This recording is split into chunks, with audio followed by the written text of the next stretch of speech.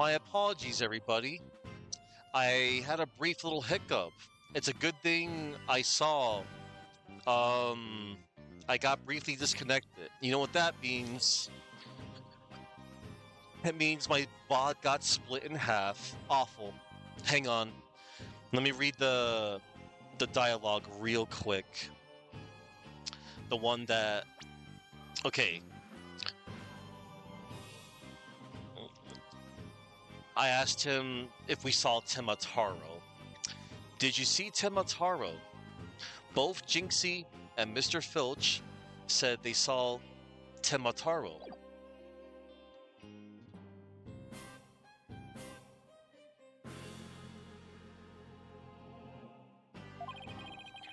But what about you, Mr. LaBelle? If you were in the foyer, why didn't you see Ack? Ah, very well. I admit it. That's right. I, Florent LaBelle, saw the Tema. Um, that's right. I, Florent LaBelle, saw the demon Temataro.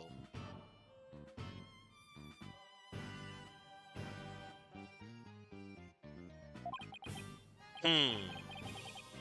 So he did see something. Then why did you lie about not seeing him? I was simply trying to protect dear little Jinxie.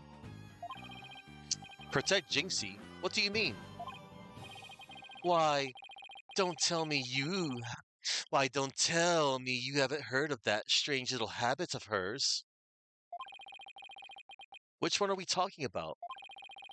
The one where she wanders around making mischief without knowing what she's doing. Rumor has it she's possessed by Tenmataro.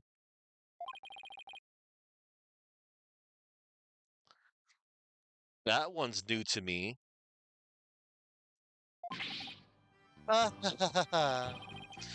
Well, there you have it.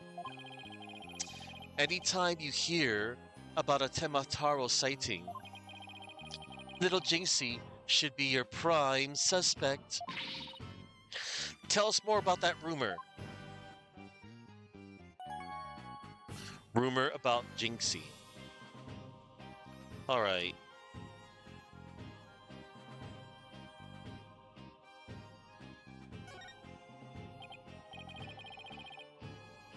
If you could pull off blue hair, I would 100% dress like LaBelle. Hey, Grotto. Oh man, Grotto, this sucks. I don't know if you just got here, but I was according to my let me check this out. My VOD's there. I have proof. So it says that I was going for 6 hours and 56 minutes, 37 seconds. And then I had a brief little outage. I guess you could say I got Comcasted. But I'm okay. Everything's fine. Well, I might as well just export that part now. Anyway. Yeah, dude, it just got interrupted. It sucks, dude. But that's okay. You know, the only thing that, of course, is gonna annoy me a little, it's gonna split my VOD in half. Yeah, it's okay though. I mean, it's not okay, but you know, I was going for a lot longer. Wish I knew of a way to splice my VODs together or vids. I'm sure it's an easy thing for editors, but I can't be damned or bothered. Anyway, we were asking about LaBelle here about rumor about Jinxie. So what was that rumor about Jinxie? They say she's possessed. Not all the time, of course. It hits suddenly, then she starts wandering around, doing strange things. Is that so? Although, come to think of it, that loathsome, no good, nine-tailed fox, he shall know the terror that is mine and despair. That certainly would explain how she was acting earlier. Once, she even put on a Tamataro costume and wandered around the woods at night. She did?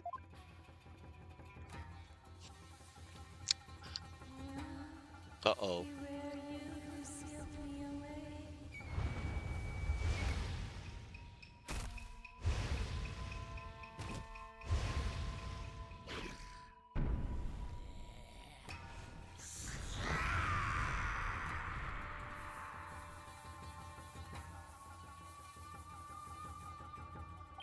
Not gonna lie, I totally forgot about that cutscene.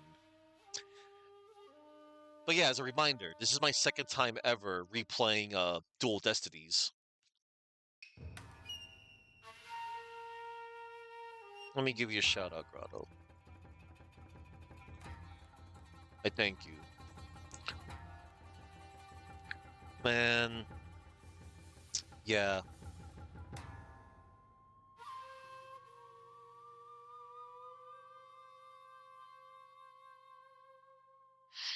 Alright, man, you're welcome. Yeah, I'm just gonna keep on trucking. I'm just keeping an eye on, my connection. It's fine. It was just a little drop. Ugh, I wish I'd never asked. Does she remember anything while she's possessed? Unfortunately, no. She doesn't seem to remember a thing during these episodes. Memory loss during possession.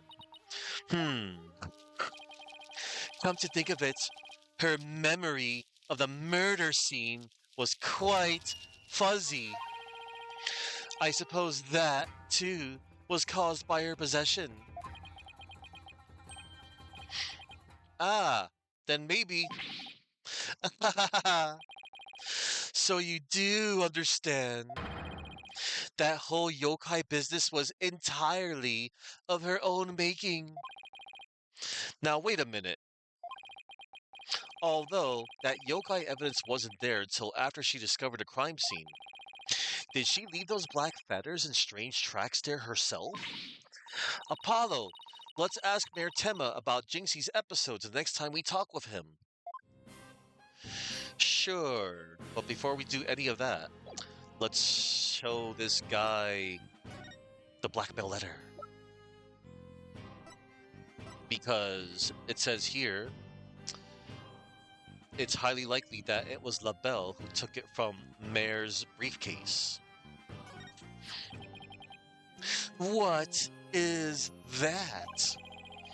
It's the blackmail letter, but it wasn't sent to Alderman Kyubi. It was sent to Mayor Tema. And your point being, someone took the letter from the mayor's briefcase and then placed it in the alderman's pocket after he was murdered. Oh, you don't say. You wouldn't happen to be the one who made the switch, would you? After all, you're the only one who knew that the blackmail letter was in his briefcase. So naturally you act. Perhaps that... What? I wouldn't know where it would be. Wouldn't it be in the freaking, kitchen drawer? Because it wouldn't be here. Okay, well, I don't see it. Interruptions. Anyway, perhaps that shot of cologne will make those scales fall from your eyes. Or my eyes fall from their sockets. It is possible that you would like to frame me as a potential suspect. What would make you raise such an outrageous allegation in the first place? Oh, well... My only crime is being born as beautiful as you see here. In other words, you have nothing. Now, let me show you what to do with this garbage. Ah, you can't destroy evidence like that. What do you mean I can't? I just did. Feel a little lighter now? You've just won a one-way trip to the top of my most annoying people ever list, buddy. Are we done with your silly questions now? I'm a very busy man, you know. I guess that's it for now. Hello, LaBelle speaking. Really? You wish to carry my new product at your store? Oh, but I'm afraid it's my own private brand. It's not available to the public. What? Then I shouldn't advertise it on TV? But I don't understand. As the embodiment of beauty, it is my duty to announce my good looks to the world.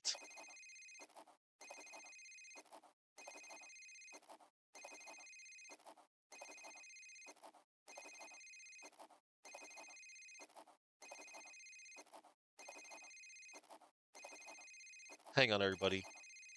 I don't mean to let you hang here.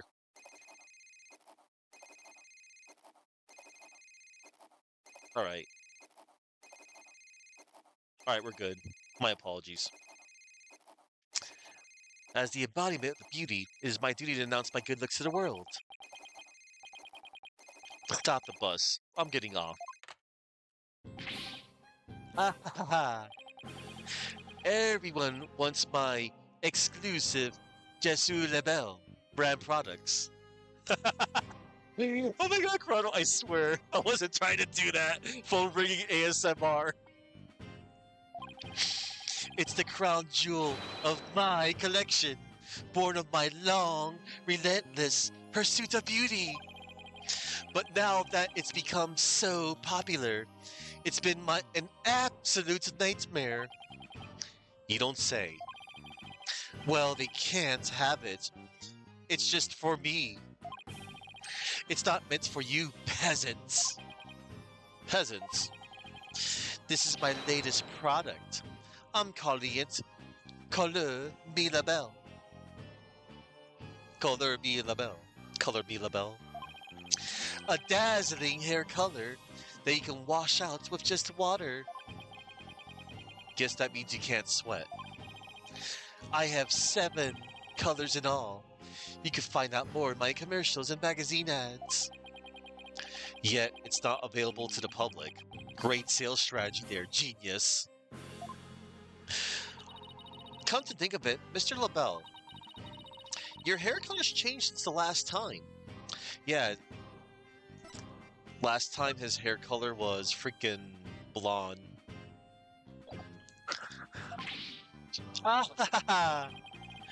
The little lady has quite the discerning eye. Here's a little sample. Consider it a gift for one who truly appreciates beauty. Oh, Apollo, what should I do? Better take it before you get a face full of cologne. Good point. Wow, thanks, Mr. LaBelle. Color Me LaBelle has been added to the court record. Hair color that washes out with water. It's Florent LaBelle's own brand, and it isn't available to the general public.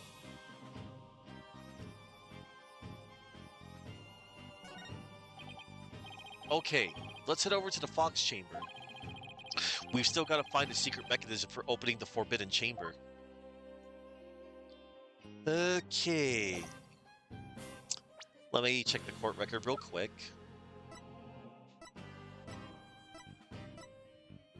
Yeah, that wasn't smart. Showing him the blackmail letter. Oh well, it's not like it's evidence that's gonna be important. Alright. Oh wait, before I go, what happens when I present it to him? Dazzling hair color that you can wash out with water. Isn't it magnificent? What if you start to sweat? Won't that wash the color out too? I assure you, Florence LaBelle, embodiment of beauty, does not sweat. Then what about rain? Even if you don't sweat, you never know when it might act. Peasants like you fail to grasp the truth. Rain and other forces of nature draw back in awe of my beauty. Sure they're not being repelled by your narcissism? Yeah, he looks like a clown in that thumbnail. Oh my god, he does.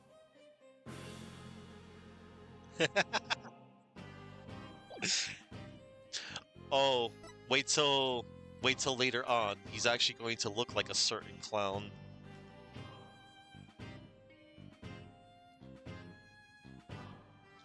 We shall now go to the Fox Chamber.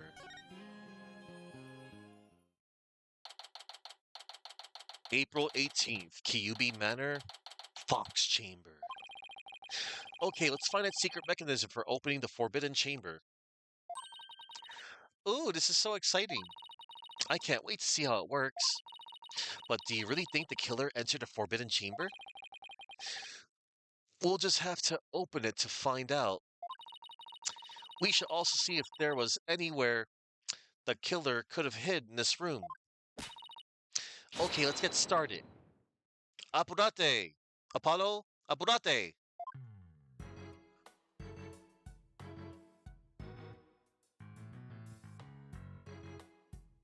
Oh, that's a Spanish word. That stands for hurry up. Yeah. Yeah. She knows many different languages, like different phrases. All right. Let's talk to Athena for a moment. Any ideas? So the crime scene was locked tight at the time. Ugh, this is a tough one. The only people in that locked room were the deceased, the alderman, and the mayor. Maybe the killer hid somewhere in that room. But is there really anywhere to hide in the Fox Chamber? The trial. That was quite a day in court.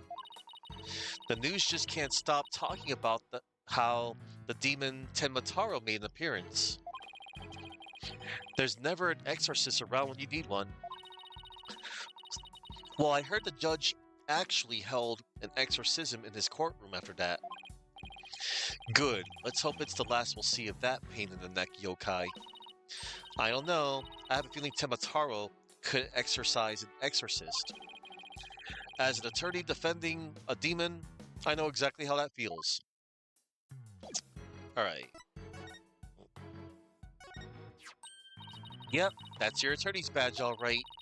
Its dull, grimy looking makes me think of all the courtroom battles you've faced so far. Alright, it's the same text I showed to her before. Alright. Sorry Apollo, nothing's coming to mind. But give me an hour and I'll have it analyzed, psych style. I'll get it started on it right now. No need for that, I was just wondering. Okay.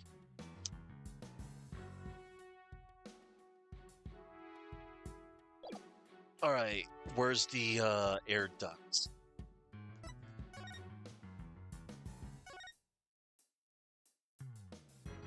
There it is.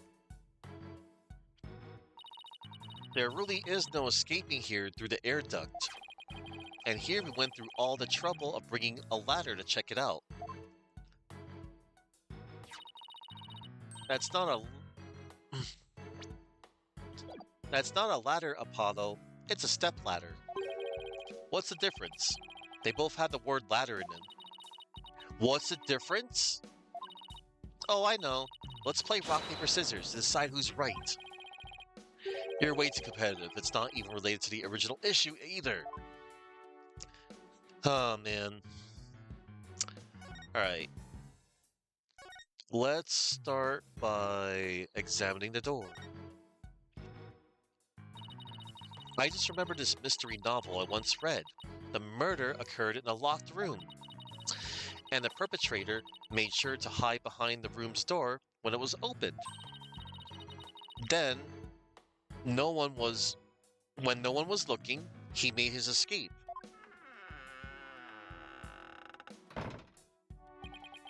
A clever trick, but it would have been impossible in this case. See this broken Tanuki statue here? The door must have banged into it when it was opened. Oh, I get it. The killer couldn't have been there because of the statue. Yeah.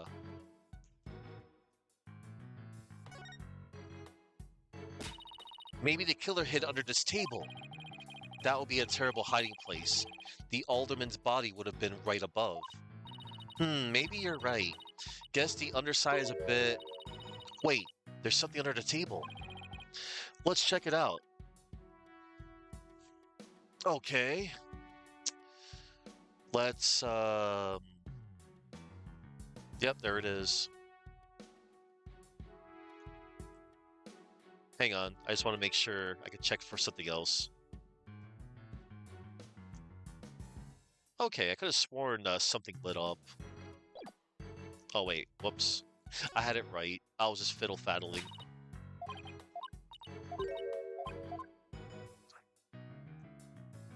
I'm trying to, like, actually...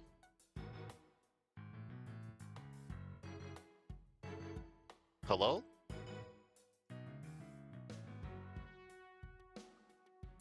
Okay. I did it before. Apollo, looks like there isn't anything particularly interesting here. Yeah, I'm trying to...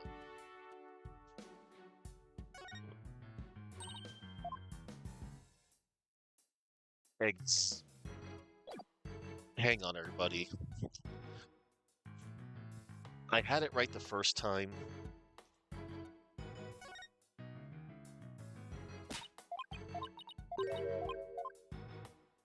Yeah, I'm actually trying to... I had it right. Like, I was clicking underneath. Wait, can I click? Because I was clicking and holding. Oh, there we go. I had to click and hold press down. Got it. Hey, look! There's something down here. It looks like a piece of something. Only question is, a piece of what? Oh, I know. It might be a piece of this statue. Remember what Jinxie said?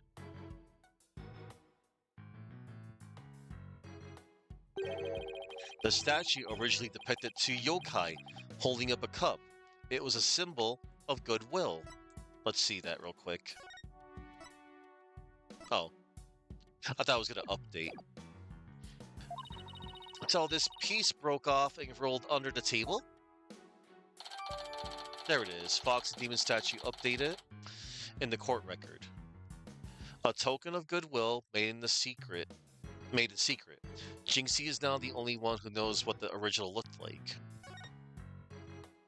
So, hold up. Can I check it again? Oh, it just shows that there was a cup there now. Okay, that's fine. Alright.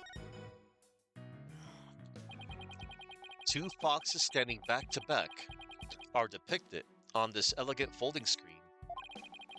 Could this have something to do with the keyhole? Wait a minute. Two foxes.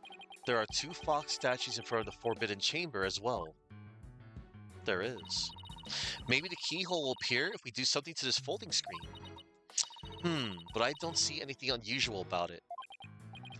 Well, it does have two foxes on it, and there are two fox statues in front of the door. Then maybe there's a clue somewhere in this room. Let's turn the whole place upside down. She's as excited as a kid in the candy store.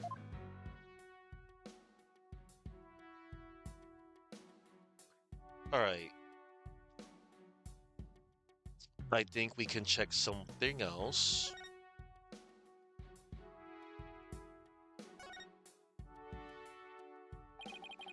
Better take a look behind this door, too. Oh, look, the doorknob banged into the wall.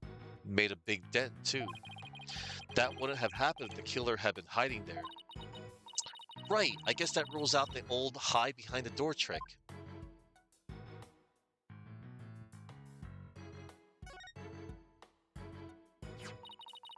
This statue originally depicted the two yokai holding up a cup in a gesture of goodwill. Maybe Alderman Kyubi was planning on smoothing things over with Mayor Tema, but he was murdered instead by somebody who intervened. The mayor was only pursuing the municipal merger because he'd been blackmailed. Who knows, if this murder hadn't occurred, maybe they could have come up with a solution.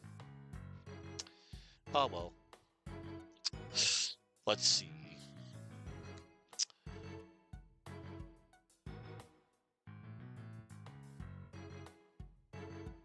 Let's go to the statues.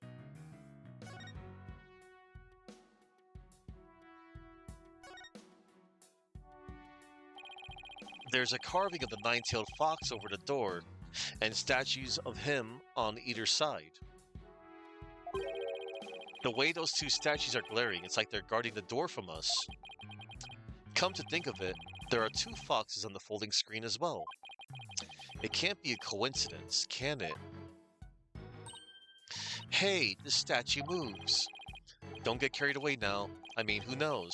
It might trigger a trap. I can handle it. If a spear comes shooting my way, I'll snatch it out of the air. After all, I have the reflexes of a regular karate kid. I guess if you could catch something that fast out of midair, you could accomplish anything. Still, there might be something to the fact that these fox statues rotate. Maybe there's something around here that shows the position they should be in.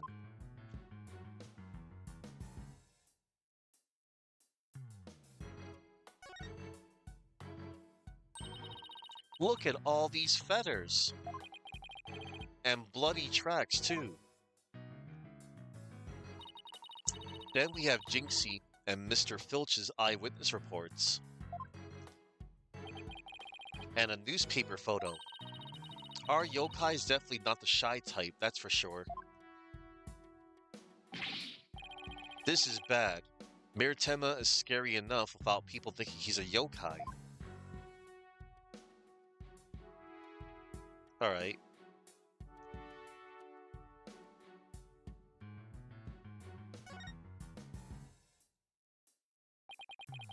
Still no keyhole, huh?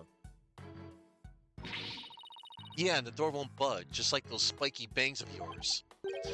Well, all it takes is some water, but I don't think that would work on the door. Oh, I know. I'll break it down with a body slam. Haha, I seriously thought you could do that. How do you know if I haven't even tried? No, wait, don't. As much as you hate losing, Athena, I think the door would win this match. Yeah. Well, I can't think of anywhere else to look. You find anything, Apollo? We'll never find a keyhole to the Forbidden Chamber at this rate. There's something about that folding screen. You know how those fox statues in front of the Forbidden Chamber move? That screen might be a clue as to how we're supposed to position them, or something. Hey, I bet you're right. Let's go over that screen with a fine-toothed comb. Alright, we will.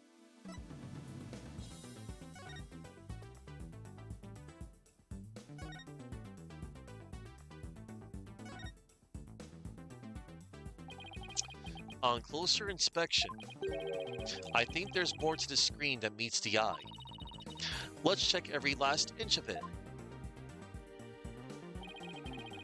I can rotate the folding screen with up, left, down, right keys. And if I spot anything of interest, I can press space on it to inspect it further. You can also zoom in and out with B and M to get a better look. Now let's check every last inch of it.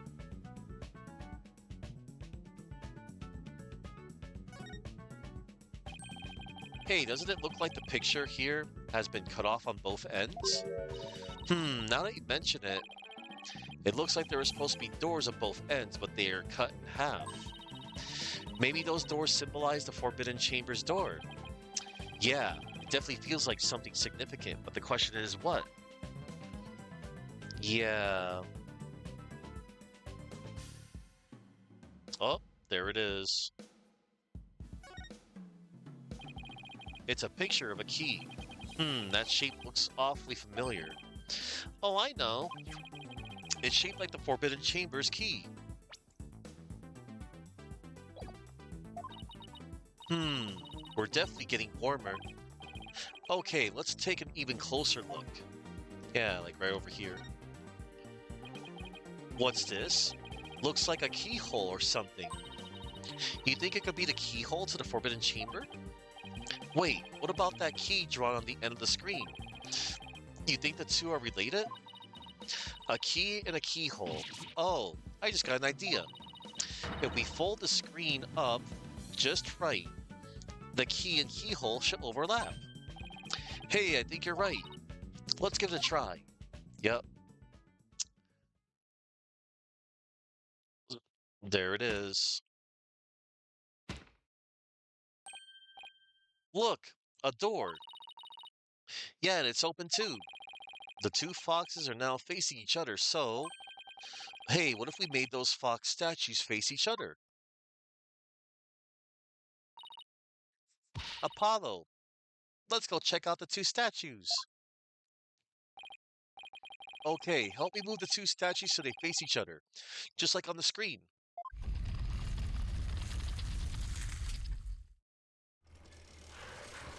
And there we go. Look, a lock appeared. Now we can use that key. Okay, here goes nothing.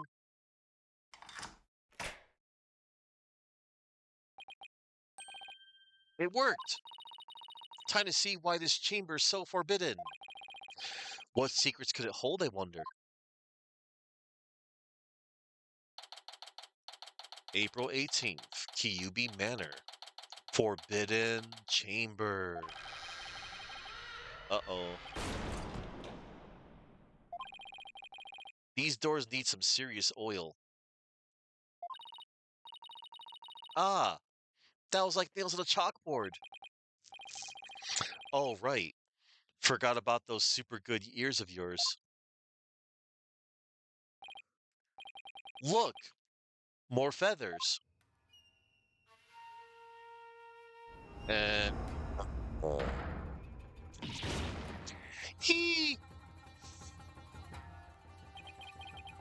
What the heck is that? Is that a Tenma Taro statue? But there's something odd about it. Ugh, all I know is I don't like it, but I can't explain why. You okay, Athena? You look kinda pale. You're not scared, are you? What? This thing? Don't make me laugh. Really? Hey, look. What? What is it? Over there on the left, there's a bunch of staves on that rack. They kind of look like the staff we saw earlier. You mean the one Jinxie saw? You mean the one Jinxie said she saw Tenma Taro carrying? Yeah, I bet our Tenma Taro impersonator really did come in here at some point. Well, what are we waiting for? Let's search the place. We will search the place after these messages.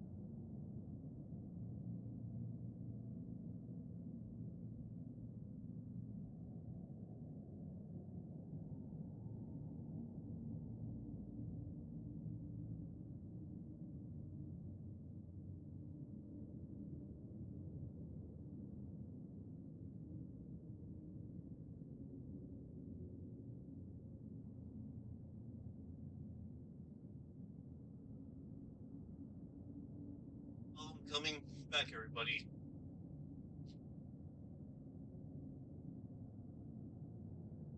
I'm just I was just washing a little bit more of my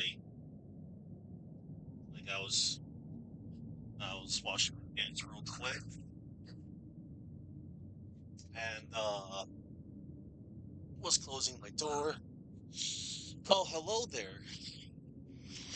Yeah, yeah, sorry about that. I didn't actually like put like a little clip or a commercial or anything. I was just thinking about, I think, was it on ABC Saturday mornings? After these messages. We'll be right back. Yeah, there you go, famous adventurer. I think that's what I was trying to go for. But hi. Um so truth be told, I've actually been on for the past 6 hour ish. I had a brief outage, so my VOD got split in half.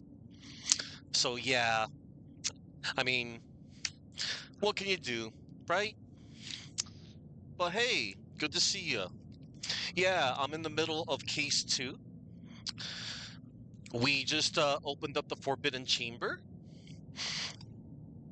and now that I'm situated again, we're gonna check this chamber. Oh boy, look at this big old scary statue of Tenmataro. Whoa, that's one big statue. Must be something like 15 feet tall. And look, this Tenmataro has a staff, but the Tenmataro in the scroll didn't have one. Hmm, I wonder why. I feel like this cult. I feel like this could be significant, but why? Let's take a closer look. First, to go around this table here. Ah, Paulo, are you sure it's a good idea? Hey, it looks like there's some sort of compartment in the base of the statue. Don't open it. Who knows what might be in there? Maybe it's just a big empty compartment. And from all the dust and cobwebs, I'd say it hasn't been opened in a really long time. That's enough, Apollo. Let's shut it and... Wait, there is something in there. Looks like some sort of figure, but it's so dusty I can't tell what it's supposed to be. Wonder what it's doing here. Forbidden Chamber figure has been added to the court record. A figure that had been left inside the Tenma Taro statue. A thick layer of dust and dirt suggests it had been there for some time. Oh boy. Okay. Hey, there's a bunch of stabs here, and it looks like one's missing. The Tenma Taro Jinxie saw must have taken it. I'd have to agree. These look like the one Detective Fulbright showed us. Why do you think there are so many here? Maybe they're spares. Tenmataro might be, absent-minded or something. But the fact that he has spare stabs handy, well, it shows that he's aware of his faults and is trying to deal with them. Or at least that's my take on it. Maybe this will remind her to deal with her own faults.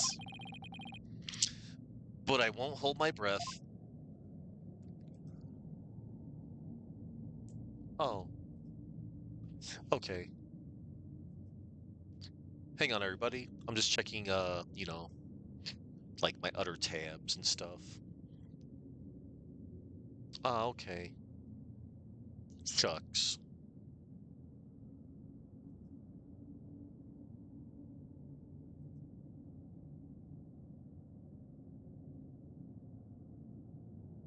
Alright, we're good. Okay, everybody. Yeah, I'm just making sure, things are good and stabilized on my end. Looks like an old scroll, and there's something drawn on it. Unless I'm mistaken, it looks like an old guy. Some sort of monk, maybe? A monk? What are you talking about? You know, people that take walks in the mountains as a form of spiritual training. Wouldn't that just be a hiker? The guy in his picture doesn't look like he's doing this for fun, Athena. Oh look, there's some yellow thing strapped on his back. Whoa, it's turning into Tenma Taro. Oh, what's this scroll getting at? Is this how Tenma Taro was born? Well, whatever it is, it's definitely creepy. Yeah. A stone lantern. Like those Japanese garden lamps. Where's the switch? Lamps like these are lit by fire, not electricity, so there is no switch. Oh, here it is. What? It was hidden out of sight. I see Temataro's cell has been outfitted with the amenities a yokai could want. Alright. Looks like a gravestone or something. It reads, "Here lies Temataro, age 30. I mean, age 80. Here lies Temataro, age 80. Cause of death, choked on a chicken bone." Gasp, say it ain't so. Besides, that sounds more like an autopsy report than an epitaph, if you ask me. Wait, you're joking around because you're scared? It's your coping mechanism. I'm not scared. Freak out central, right here, baby. Cut it out, widget. Denial is strong in this one. Alright.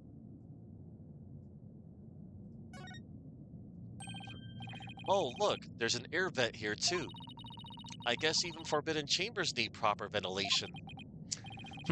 But I don't think anyone could reach this one either.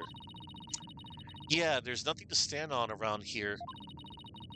I wonder where this vent leads. Well, the Fox Chambers vent didn't branch this way, so maybe it doesn't have anything to do with this case after all. Guess not. Alright, let's check the super obvious stuff down here. Black feathers. They look exactly like the ones in the Fox Chamber. That means the killer must have been in here at some point. The question is, why? Maybe the Temataro costume was hidden in here. I mean, if someone carried it through the manor, it would have stuck out like a sore thumb. But when did the killer get in here? The mayor snatched the forbidden chamber key with the killer when the killer hit him on the head. That means the killer could have only gotten in here before the murder. Wow, this is one tough riddle. Alright.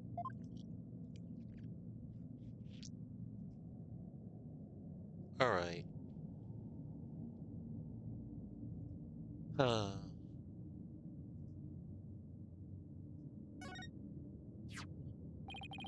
What's this? Whatever it is, the packaging is really gaudy. And the fact that there's no dust on it means it hasn't been here very long. Oh, it's hand cream. Let's see what brand it is. Je suis Labelle? Labelle? What the? But then, wouldn't that mean Mr. Labelle was here? I guess so, but why? Well, whoever was dressed up like Temataro must have taken a staff from here in the Forbidden Chamber. And that same person probably dropped this hand cream at that time. In other words, the Temataro impersonator we're looking for is none other than... Yep. Florent Labelle. This might be a big break for us in court tomorrow. Now all we have to do is get the truth out of Mayor Tenma. Hand cream added to the court record. Oh boy.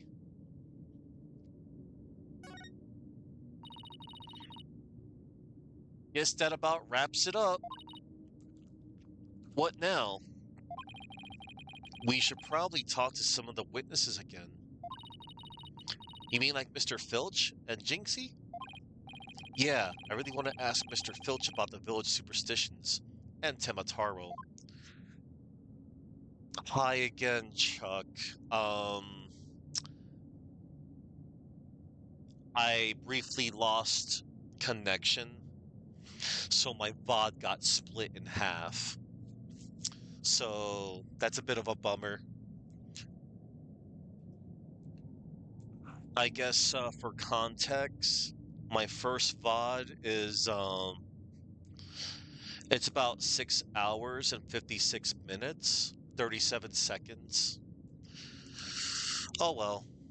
So I'll just add in, an additional. I kind of underestimated the length of this case. I should have known. I always do that. Any ideas? Any good ideas yet, Athena? Good ideas? You bet I do. Well, there's that thing. Thing? What thing? You saw right through me, didn't you? Huh? You mean you really have nothing for me? No, sorry. I just got a little carried away. Oh boy, bluffing is obviously not her strength. The real culprit. Seems we finally have the real killer in our sights. The only person to threaten Mayor Temma, push for the municipal merger, and to be identified at the manor disguised as Temataro is none other than Mayor Temma's aide, Florent LaBelle. We're in for a fight tomorrow. Let's banish Temataro, both literally and figuratively. Yeah, we'll be fine between the two of us. We'll send that yokai packing along with that twisted samurai of a prosecutor. Let's do this!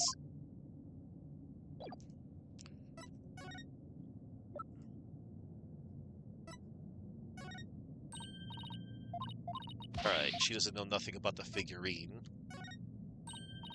Or the hand. Alright, so we found a figurine and a hand cream. And we examined every single thing in this room. We've already searched here. Okay. And that's another cool thing. If you choose that again, that means you didn't miss nothing. That text box you saw. Alright.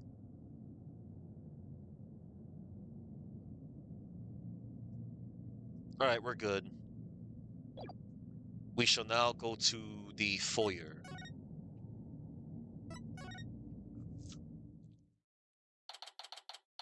April 18th. Kyubi Manor, foyer. It's the curse! The curse! The curse of Temataro! Ah, but what about the Danhausen curse? You are cursed! I had to put that there. I had to. It's the curse! The curse! The curse of Temataro! Eek! He took the widget. I saw that. You outsiders are ignoring them superstitions at our peril. Mind your own business, will ya? Ah. Youch! What's all this about a curse? Timataro's gonna curse us all! Lest you stop sticking your nose where it don't belong! Stop the investigation! Listen to what them superstitions say! Right, how about obeying the law before you go obeying the superstitions? Huh? Hey, what are you doing with Widget around your neck? He's mine! Yeah, he stole Widget. You know better than to go around stealing other people's stuff like that. The same goes for my bracelet. Oh, he stole the bracelet too, after he bumped into Apollo. Again. Sorry, I promise I won't do it again. Yeah, just have Taka eat him already. Simon Blackquill's pet hawk. He almost kidnapped my sweet little widget. The big jerk! I'm sorry. I guess you can't teach an old raccoon dog new tricks. As long as we have him here, I guess we should ask him about what happened.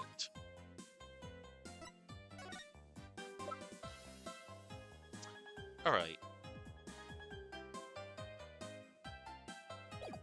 Let's talk about stealing. I can't believe you did that. It's one thing to steal a pair of shoes, but to steal a widget? Grr. Yipes! Mercy! Mercy! I can't seem to control myself. It's that thieving blood running in my veins. Thieving blood? What's that supposed to mean?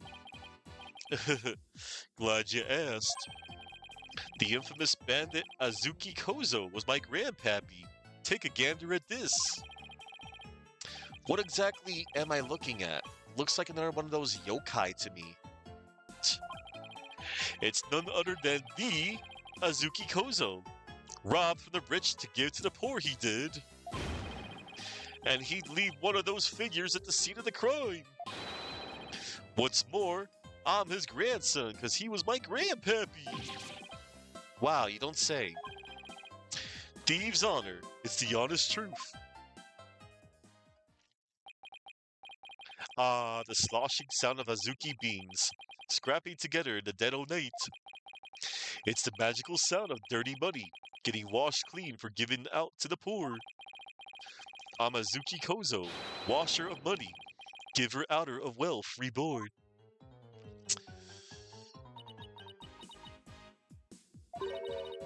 Forget the money.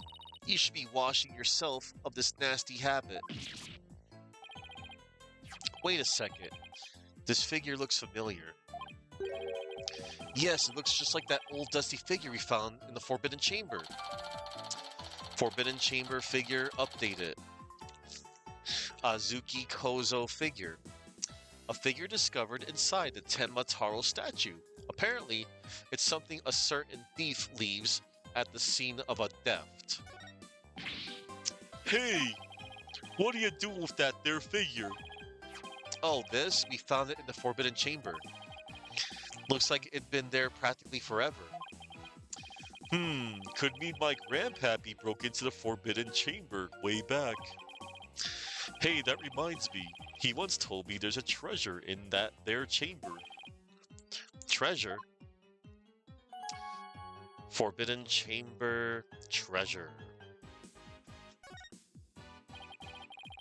What do you know about the treasure in the Forbidden Chamber? Only that it's the greatest get-rich-quick chance in the universe. Grandpappy told me all about it. Said there's an amazing treasure in there. There's something amazing in there? Didn't see anything like that, though. Your grandfather didn't by chance already steal it, did he? Seeing how there was one of his figures in there, that just might be. That's grandpappy for you. Bet he washed that treasure up real good before handing it out to the poor. Oh, of course, because he was so righteous. Tenma Taro sighting. In court, you mentioned seeing Tenma Taro near the scene of the crime. Sorry I didn't come clean right away, but them superstitions got the better of me. The people of Ninetales Vale sure seem like a superstitious bunch. I'm not surprised you wouldn't want to talk about seeing Tenma Taro. Darn right, them superstitions scare me out of my wits, I tell you. That's why I'm gonna do exactly what they say from now on. So you plan on staying here in Ninetales Vale? Yep, I'm gonna keep living right here and keep with the old ways, just like Grandpappy did. Them superstitions are like a rule book to me. Wait, so you're saying you actually believe in those old wives' tales? Wives' tales? Ain't you been listening to a word I said? You're gonna do exactly what them superstitions say. Well, I say that's baloney. Yep, we will present the village superstitious. The superstitions. Take that! It's clearly written right here. Ignoring the superstitions will cost you your soul. There is, however, one way to save it. Your immediate departure from the village. Ah. So according to this, you shouldn't even be here, let alone talking with us. You said you plan on staying right here in Ninetails Vale. But if you really believed in the superstitions, you would have been long gone by now. Whoa. I know you've been lying to me. Time to come clean, Mr. Filch. Yipes! Tenma Taro sighting. Alright. You were lying about believing in the superstitions, weren't you? Sorry, but I didn't have no choice. So what was the real reason why you couldn't talk about seeing Temataro? It's all that pretty boy's fault, Mr. LaBelle, if you know what I mean. He told me not to say a word about seeing Temataro. Said if I did, he'd do to me what them superstitions said would happen. So it was Mr. LaBelle who muzzled you? Why would Mr. LaBelle want to scare you into silence? Mr. LaBelle was trying to protect that little maid gal. It was on account of that rumor, the one about her being possessed. That rumor again. I guess you really do have to talk to Mayor Tenma about the possession rumor. Ouch, hey, watch it. Village superstition stolen by Phineas Filch. I'll be taking this back now. Kinda like family to me. You could have just asked instead of stealing it. Was that all we wanted to ask, Mr. Filch? Yeah, I think that was it. Let's go see Mr. Temataro one more time. Just thinking about dealing with that yokai again makes me want to say, pass. Yeah, we will be needing the superstitions anyway. Alright. Let us go to the detention center. Da-da-da-da-da. April 18th. Detention center. Visitor's room. Lord Tenma, your attorneys are here to see you, your malevolence. Oh no. Oh.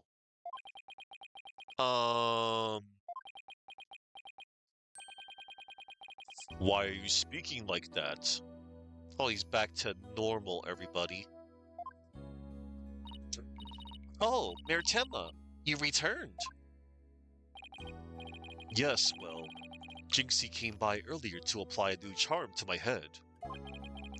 It seems to be suppressing the demon within me. That's a relief. Maybe we'll actually get somewhere this time. So, what can I do for you today? We'd like to ask about the rumor that Jinxie is possessed. Ah. She allegedly left the yokai evidence at the scene while under a demon's power. At least that's what the prosecution is going to claim at tomorrow's trial.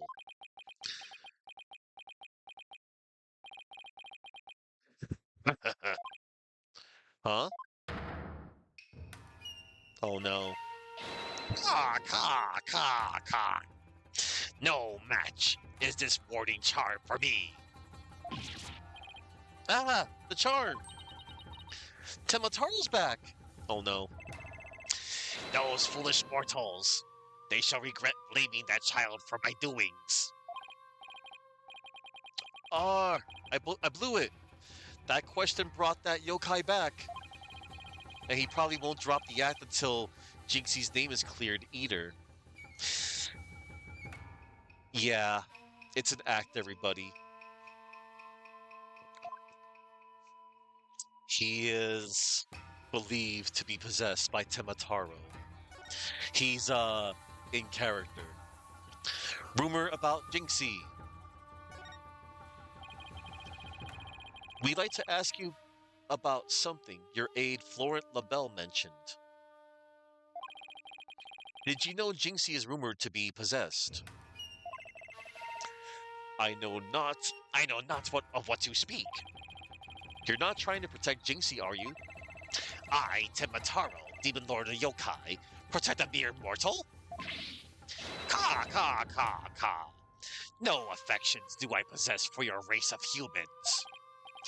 Please, we already proved that there was a third party disguised as a yokai at the scene.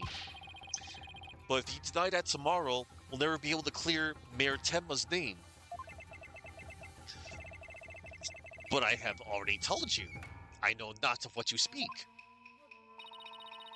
I don't think we'll get anything more out of him. It's all over unless we can somehow prove that Jinxie didn't plant that yokai evidence. Hey, Apollo, I think I've got this one. I think I can prove that she didn't do it. Really? Sure. I should be able to use psychology to explain that whole possession thing. Knock yourself out then. Wow, Athena's really something. I can really count on her when it counts. The real story. Mayor Tenma, Jinxie isn't possessed. I believe her so-called possession episodes are a form of somnambulism. Somnambulism? You mean sleepwalking?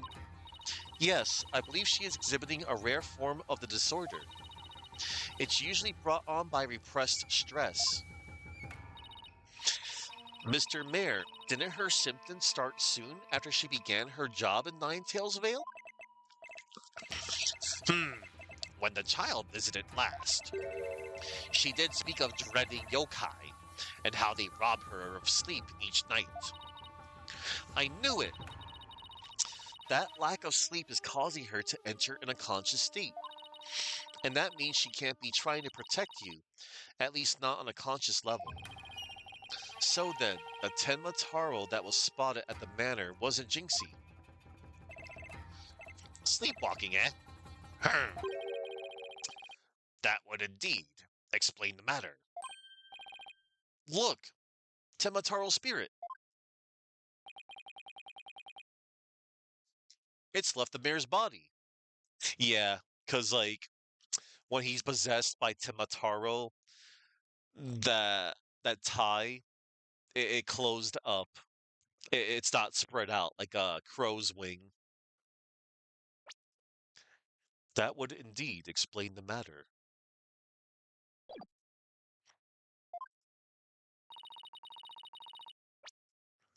Look, Temataro's spirit. It's left the mayor's manor. It's left the mayor's body. Can you tell us the truth now, Mayor Tema? Very well. It's the least I can do for a superb exorcist such as you. Feathers and tracks. Mayor Tema, you didn't leave those feathers and tracks at the scene, did you? I did not. Neither I nor Jinxie have anything to do with that. That was the killer's doing, no doubt. I knew it! You suspect Florence is behind all this. But why? Did he really want Ninetales Vale that badly? Can you think of any reason why? Looking back, he did seem fixated on Temataro for a spell. Ah, could it be? Uh-oh. Perhaps he was attempting to release Tenmataro. That's crazy. Are you saying that yokai is real? Whatever the case, Tenmataro brings nothing but pain and misfortune. It's as is the superstitions warn. You must not gaze upon him, nor free him from his prison. But how can people actually believe that? Well, at least we know who's behind this whole Temataro thing now. Yeah, and I think we need to have another nice long chat with Mr. LaBelle. Your dinner is ready, Your Malevolence. Ah, an offering to the Demon King. You may place it right there. The kitchen crew poured their heart and soul into making it.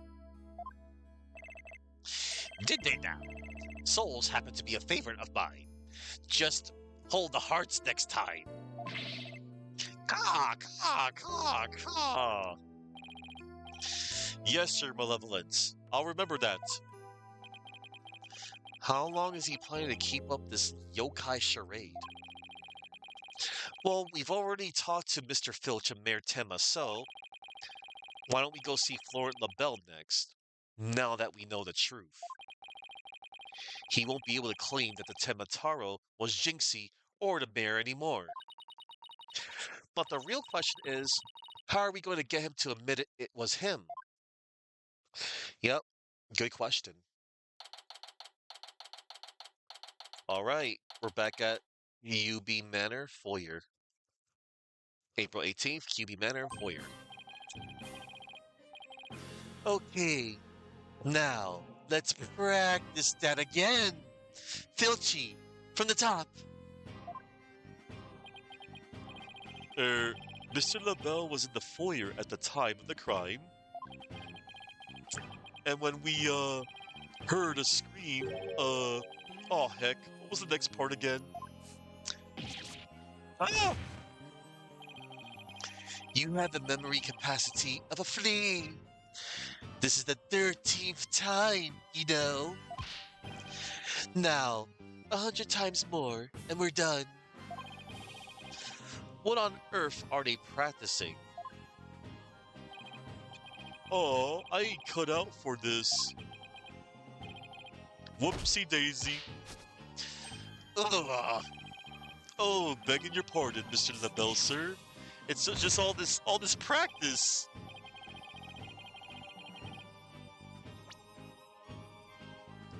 Yipe! Unbelievable.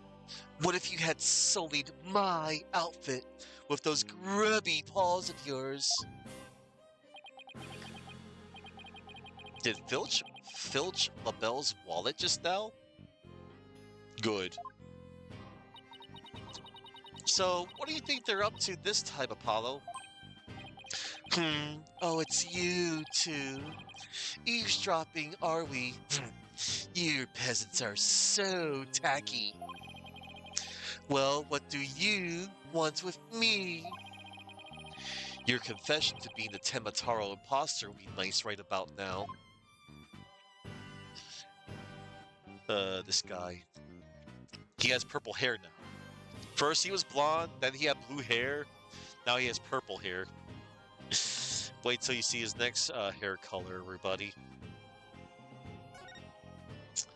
Taro's true identity. Hang on. Wait, this is our trump card. Better not show it off too soon. You wanted something? Oh, no, never mind. I got flavored text out of that. Yes. Alright, yeah. Time to talk. Taro's true identity. Mr. Filch filled me in on a conversation you two had. And about how you told him not to say a word about seeing Temataro. Filchy, you fool! Yipes!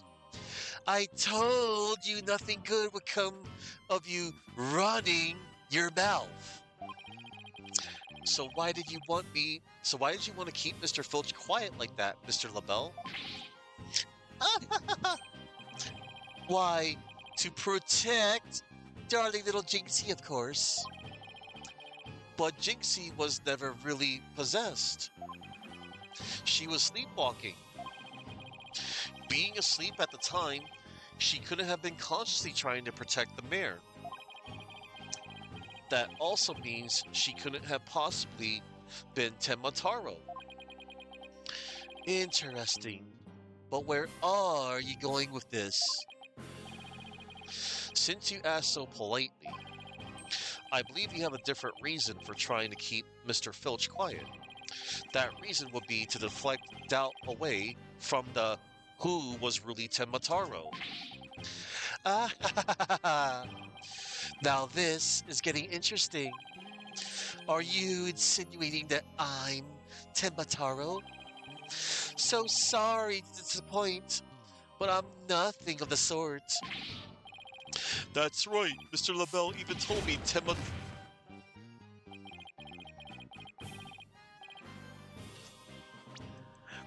That's right, Mr. LaBelle even told me Temataro was a jinx. So why would he? Ouch! I said Temataro was jinxy, you fool! Honestly, you have the memory capacity of a flea. Practice it 100 more times. Yipes! So, have you been called to testify tomorrow? Yes, and I'm so looking forward to my courtroom debut. But you'll just have to wait until then. Oh, I'll be waiting with a special piece of evidence I've been saving just for you. Filchy, wake up, you lazy bones. Huh? What? Was I sleeping? Must have been that sweet cologne of yours, Mr. LaBelle. Made me right sleepy, it did. Well, it's time for your lesson on what to do and say tomorrow. Oh, I'm begging you, not another lesson. I ain't cut out for this thinking and remembering stuff. Hard! Right up the schnozola. Keep quiet and do exactly as I say. No, please! Anything but another lesson! Stupid. There they go. Missed our chance to get the truth out of him. Yeah, but we'll get the proof we need in court tomorrow, one way or another. All that's left now is that lie Jinxie told. We better go clear that up before tomorrow. You think they're done questioning Jinxie? Maybe. Let's see if she's over at on Yokai Lane shopping for more charms. And I like that it sends me to where I need to go to, which is good. April 18th, Ninetales Vale, Yokai Lane. Oh no. Accursed Ninetail Fox, the time for settling the score is nigh. My grudge has but festered over time. At last, vengeance will be mine. Grr, grr. Oh my god.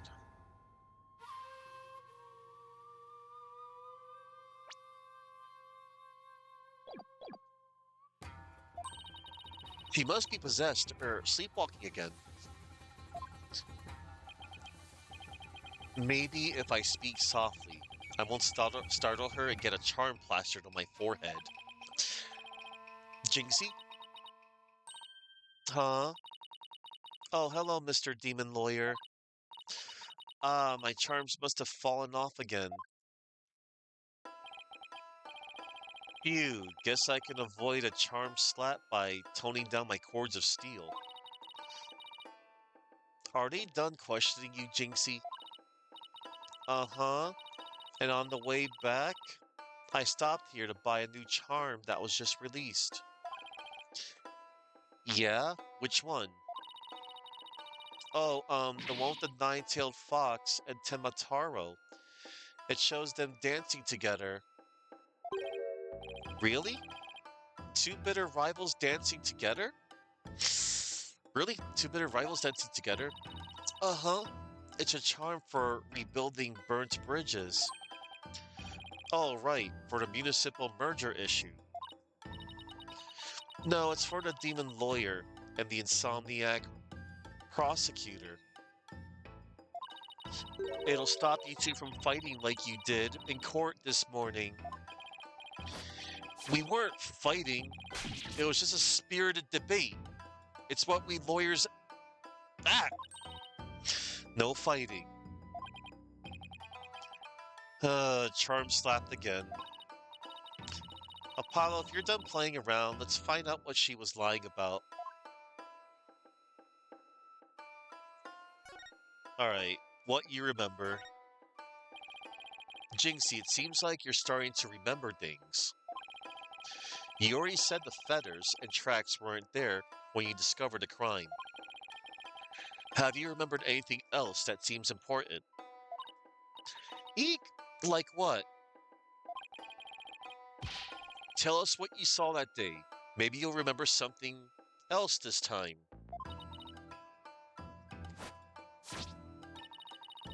When I opened the door, Papa and Alderman Kyubi were collapsed in the Fox chamber. That's when Papa told me to call an ambulance and the police.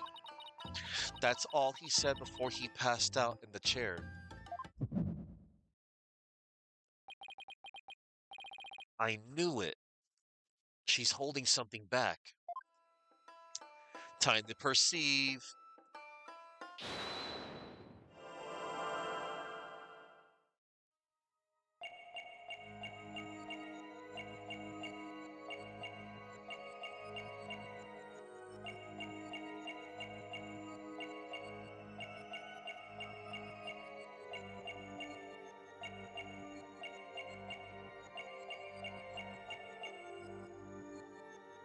Listen again.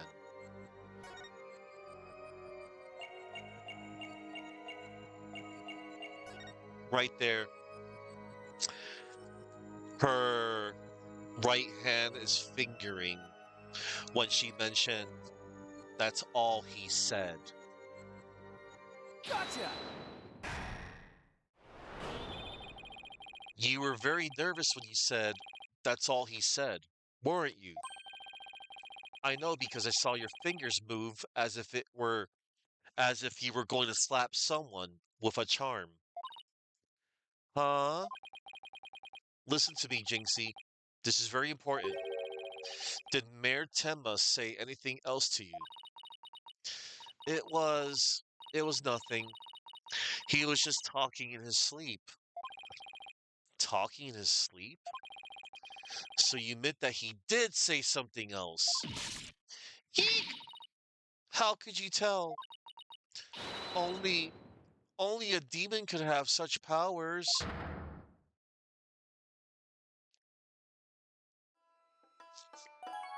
What you remember. Uh, uh, like I said, he was just talking in his sleep. I mean, why else would Papa say something like that? Could you be a little more specific? Before he fainted, he said, "Forgive me, Jinxie. I killed Alderman Kyubi."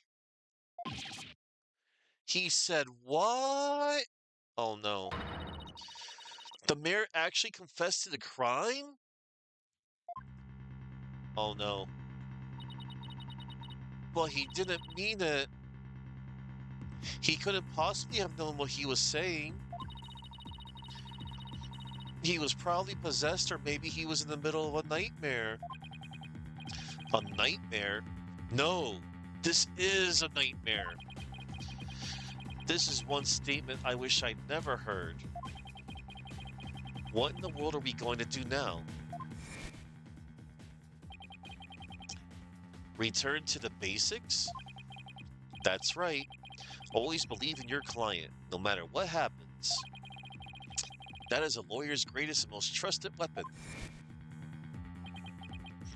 Right. Just believe my client, even if all I can see ahead is darkness and despair. Jinxie, does Prosecutor Blackwell know about your father's confession? I didn't mention it when he was questioning me. I mean, there's no way Papa's the killer. Why would the mayor confess like that? Could he really have been dreaming or something delirious? Who knows? But I sure feel like I'm in the living nightmare right now. Apollo, what are we going to do about tomorrow's trial? The crime scene was locked right. uh, The crime scene was locked tight until Jinxie arrived, and our clients even confessed. Not only that, Jinxie has been confused. Jinxie has been accused of planting the yokai evidence. Both the mayor and Jinxie are going to prison if we don't do something. I know, I know. Well, let's see here. Our lack of a third party in the locked room is a major problem. Jinxie has testified that when she first opened the door, Alderman Kyubi and Mayor Tenma were the only people she saw in the Fox Chamber. But the real killer must have been hiding in there as well. Considering the room was locked tight, that's the only logical explanation. Our mystery person must have been fled.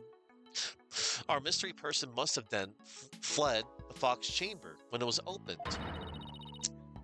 And that's when Jinxie saw what she thought was Tenmataro. But Papa and the aldermen were the only people there. I didn't see anyone else. What's going on here? LaBelle's extremely pale, but he's far from transparent. So just how did he hide himself at the scene of the crime? Whatever it takes in court tomorrow, Apollo, we have to take down that dirty, rotten Tenmataro Florent LaBelle. Right. We'll get him with a legal exorcism. Justice style.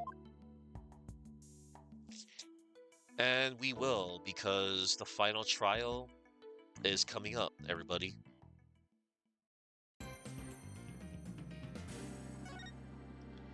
Oh, man.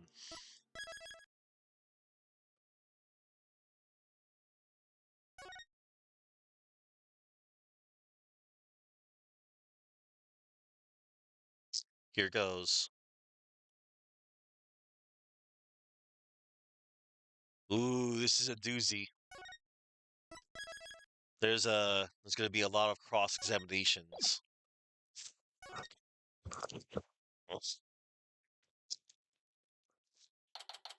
But I'm fine with this. I say this now. April 19th, 9:30 a.m. District Court, courtroom number 4. Before it got bombed. Day 2. Court is now in session. All rise. Court is back in session for the trial of Damien Tenma. Apollo Justice, defense team leader, is ready, Your Honor. Athena Sykes, assistant defender, is ready too, Your Honor. Jesus Ray. As chipper as ever, I see. And in French, no less. And the prosecution? Oh no. Very well then. By the way, I asked Detective Fulbright to provide sturdier shackles today. There will be no more of your funny business this time, Prosecutor Blackquill. One moment, everybody. I'm gonna check something. Jesus.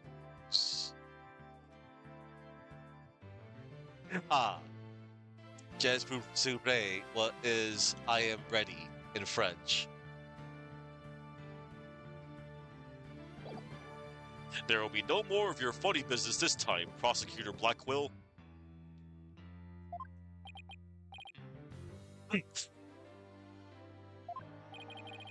Now, your opening statement, if you would. I believe it's standard procedure for the prosecution to handle it. Looks like the judge is really bringing it today. He probably realized how Blackwell played him, That was one mean game of Simon Says. Yeah. Yeah. His honor has to fight to defend his honor today. Your baldness.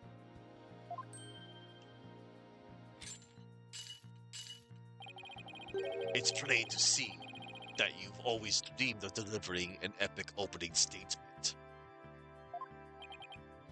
I have? I don't know if I'd say that.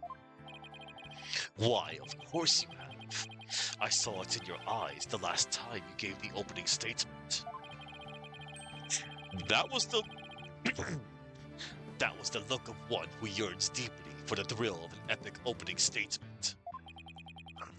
For decades now, you have been watching opening statements from your bench. They were the crown jewels of the court. The one thing you could not possess. The crown jewels of the court?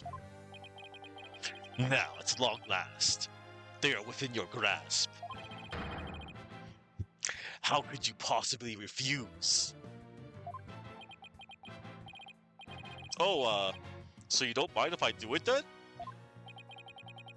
I'll make a special exception. Just this once. Here we go again. Yep. More of Blackwell's mind games. Well, in that case, I think I might go ahead and make the opening statement myself. Let's see.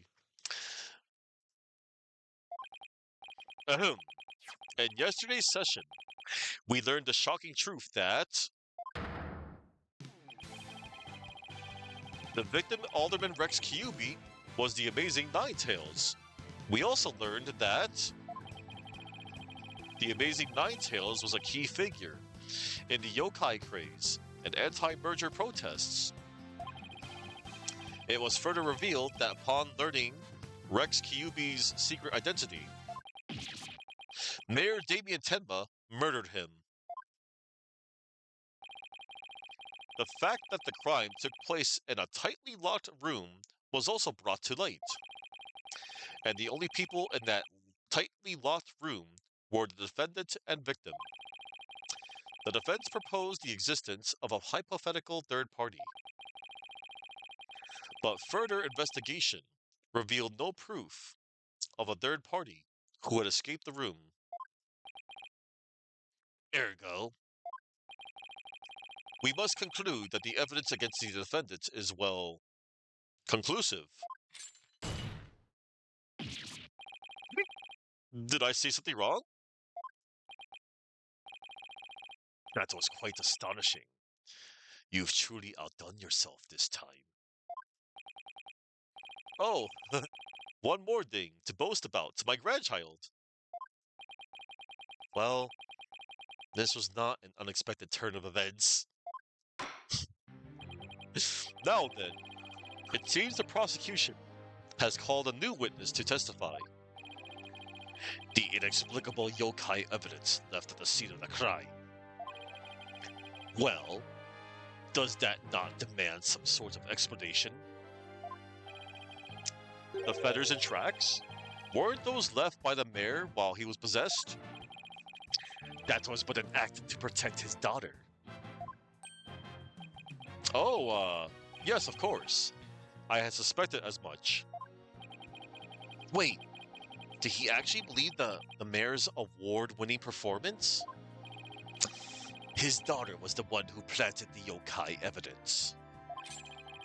Ergo, the true identity of the yokai in the manor was the manor's maid, Jinxie Tenma. Objection! The prosecution is engaging in mere conjecture. Would you care for some witness testimony, then? For I am ready to prove that the little scamp is the one behind the Tenma Taro farce. Yeah, Maverick. Also, Maverick. My VOD got split in half. I had a brief little hiccup. And, yeah, it's still going. Don't worry, I didn't lose like I didn't lose like a lot of like progress, as in whatchamacallit. Yeah, because uh, as of my first VOD, um, it says that I was going for 6 hours 56 minutes, but then I saw that something was wrong. I did see a brief hiccup, and yeah, I got slightly Comcasted a little bit, but don't worry, everything's fine. I just do not like that, you know, it's just annoying. Like, man, unless I knew how to do really good like stuff at editing, I would have liked to learn how to like, I don't know, combine my VODs into one. I mean, it's whatever. Yeah, everything is fine. Just like what Apollo Justice says. My name is Apollo Justice, and I'm fine. And yeah, that's what I felt like a little bit. Freaking coffee to the head. Yeah, but no, it's all good though. It's just the only bummer is that my VOD got split in half. It's whatever. All right. And yeah, also, silly me, oopsie doodle. I underestimated how long this case is. So, oh, look at that.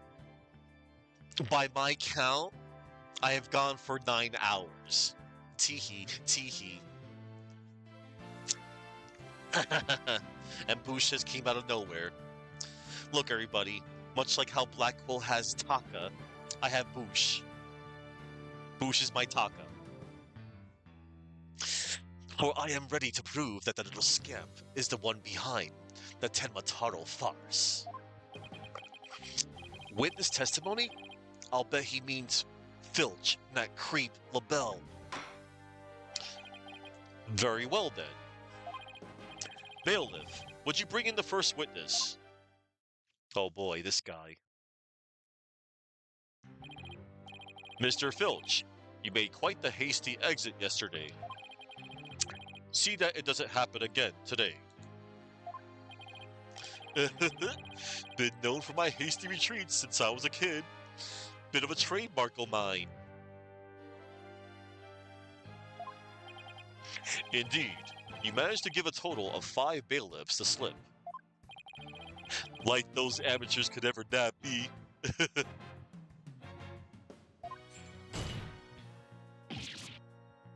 Yipes! Perhaps we should shackle you by the neck. That would keep you in place. I love this man. It's good these trials are longer. You love this game best because of the OG6. Oh, wow. You think Dual Destinies is the best of the OG6? Interesting. Investigations 1 and 2 are kind of their own thing. Yeah, that's why I'm saving the proverbial best for last. Those are going to be, you know, those are going to be awesome. And I cannot wait till I get to the second one, the second Edgeworth game. I'm excited for that one the most because I didn't get to play that one. Because, you know, they didn't bring it over to the West for some time until now, or last year. Yipes! No, please. I'm liable to rip my own head off if I start running. Your statement. Now. Yes, sir, Mr. Blackhead, sir. He may beat a hasty retreat, but there's no escaping Prosecutor Blackwell. Mr. Blackhead. Yeah, Blackwell doesn't strike me as the give-up easy type. Now then, Mr. Filch, your testimony, please. Specifically, the true nature of the yokai you saw and the manner shortly after the crime. Oh boy. The yokai is Jinxie. Temataro's really that little maid gal. Ain't no doubt about it. I mean, the Temataro I saw was just a little thing about her size. But the little runt had a big old staff. I seen it when she came into the foyer. Betcha she stole it from the forbidden chamber after stumbling on the crime scene. She was gonna use it to wallop me on account of my fierce reputation. I just know it. Yeah, okay. So, Temataro was short in stature. And that's because it was Miss Jinxie Tema all along? You betcha.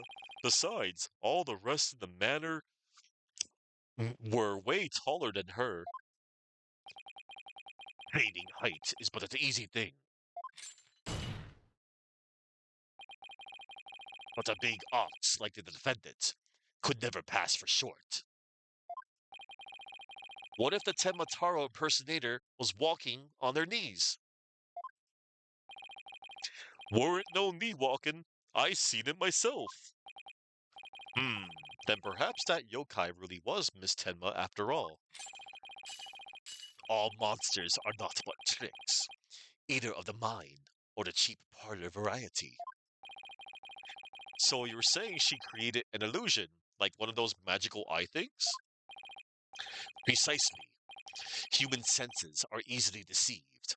Take the fellow in the cell next to me. Each night he cries and screams about some ghost he thinks he sees. But in truth, it was simply the janitor. Ho ho ho! Prosecutor Blackwell just gave up the ghost. Literally. The janitor's deathly complexion and all white attire are no doubt partially to blame. That and the fact that he constantly mutters about taking vengeance for this or that. That actually sounds like a real ghost to me. The defense may now cross-examine the witness. Alright, we're gonna cross-examine this punk again. The yokai is Jinxie. Temataro's really that little maid gal. Ain't no doubt about it. Mr. Filch, you and Mr. LaBelle mentioned something about a practice yesterday. Do you deny this so-called lesson was about what you were supposed to say in court? No, you got it all wrong. Then could you tell the court exactly what sort of lesson it was? Oh, it was, what was it again? Yipes! Ah, now I remember. Math. You know, numbers and stuff. He's completely under Blackwell's control, too. Anyway, that Temataro was that little maid gal. So what's the difference? I mean that the Temataro I saw was just a little thing about her size. I take it you got a good look at how tall the Temataro impersonator was? You betcha. I got a habit of sizing people up. I can even give you a primer on how to pull it off. All under the table, natch. I got a knack for figuring out where people's pockets are and how much money they have. I size them real good before I relieve them of their valuables. He just admitted to being a pickpocket right here in court. Dummy. Does the witness hold that this Temataro entered the foyer? Darn right I do. But the little runt had a big old staff. I'd seen it when she came into the foyer. Hold it! Well, you're not going to brush it all off by claiming the perp was short. Must have hit a raw nerve, cause you ain't that tall yourself. Look who's talking, Mr. I've got to stand on a box just to testify. Anyway, Mr. Filch, correct me if I'm wrong, but didn't you say the Temataro you saw had a staff? Cross my heart, hope to die. I know, 'cause it went a jingle and a jangle. And where do you suppose that staff came from? The staff, you say? Well, I betcha she stole it from the Forbidden Chamber after stumbling on the crime scene. Hold it! I suppose you mean to say that Jinxie Tenma entered the Forbidden Chamber to get one? Well, I ain't never seen a staff like that in the manor. So it had to be the Forbidden Chamber. Oh, really? The stench of LaBelle is thick in the air today. Jinxie entered the Forbidden Chamber after the incident. Then she took the staff and tried to cover up her actions by pretending to be Temataro. I guess that's what Filch is trying to say. Could Jinxie have even entered the Forbidden Chamber if she wanted to? There is one thing I was wondering about. Why did that yokai have a staff in the first place? Well, I've got my hunches about that. She was gonna use it to wallop me on account of my fierce reputation. I just know it. Hold it! Wallop you? And why would a so-called yokai want to do that? That little maid gal never did like me. She always hightails it when I come around, or she sticks up these weird papers on my noggin. She probably thinks of him as the dreaded Tanuki monster of Kyubi Manor or something. Yeah. We need to prove that Jinxie isn't Temataro. But I have no idea how we're going to do that. All we have to do is prove that it was impossible for Jinxie to turn into Temataro. And that might be easier than you think. Really? Now's our chance. Our chance to expose the real Temataro for all to see. So... betcha she stole it from the Forbidden Chamber after stumbling on the crime scene. Oh, really? Mr. Phineas Filch. How could she when there's only one Forbidden Chamber key of its kind? Because she didn't have it. Objection!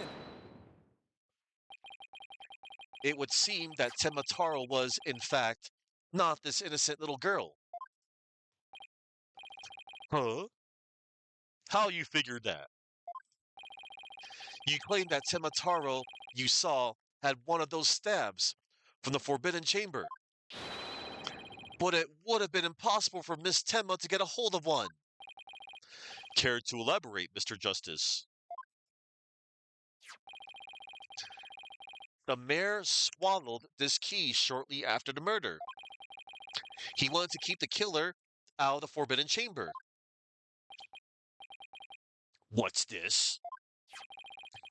This key was deep in the mayor's stomach when Miss Tenma discovered the crime scene.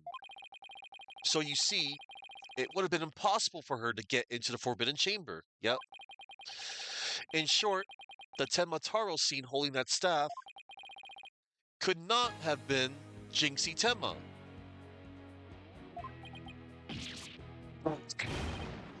Oh! What?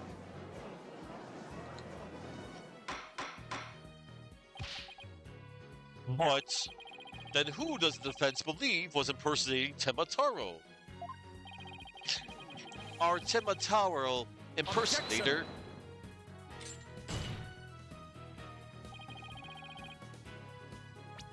is none other than Mayor Tenma's aide. Such accusations beg evidence. Aside from his ghastly appearance, can you prove he is the yokai we seek? Yes, in fact, I can. Very well. Let's hear where the defense is going with this. Mr. Justice, please show us proof as to the true identity of the Temataro impersonator. Why... we found this hand cream, Your Honor, in the chamber.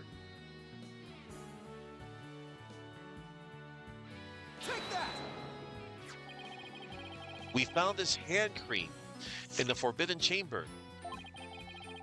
And we know that whoever was Temataro took one of the stabs out of there. In short, I believe whoever this hand cream belongs to is the yokai impersonator we're looking for. Well, Mr. Justice, how do you propose to identify the hand cream's owner? I'm glad you asked, Your Honor. The defense requests a fingerprint analysis on this piece of evidence. It might tell us who it belongs to. Interesting. So you expect to find the yokai's prints there? Very well. I hereby call a short recess while we wait for the fingerprint results. No need for that, your baldness. We have the prints of everyone at the manor that day. You called? Prosecutor Blackwell? Could anyone be more whipped? Yes. Fool Wright. Analyze this for prints. You have 3 minutes. Your wish is my command. Very well then. I guess we'll just wait right here.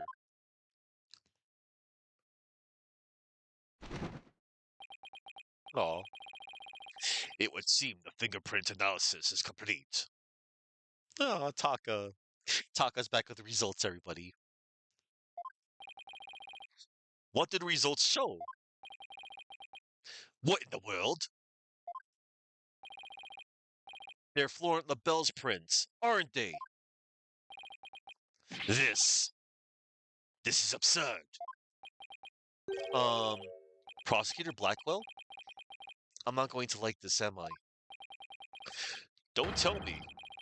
They're Temataro's prints? Fingerprint analysis has revealed that the prints belong to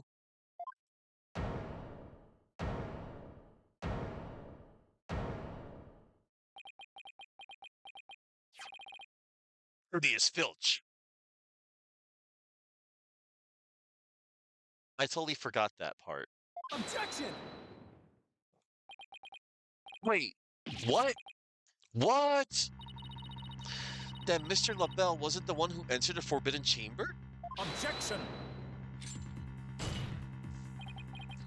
Why, you tricksy little tanuki? Explain yourself, now. Sure. Them prints are mine. I mean, I did pilfer that hand cream from Mr. LaBelle, after all. So you're the one who entered the Forbidden Chamber? So what if I did? Got a problem with it? Yipes! You, fool of a tanuki.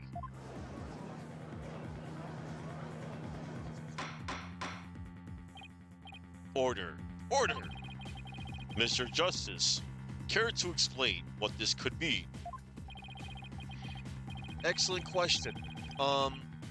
The fact that Mr. Filch was in the Forbidden Chamber. Wait a second. Does this mean the Temataro holding that staff was Phineas Filch? Yipes! Another cat out of the bag. Mr. Filch is Temataro?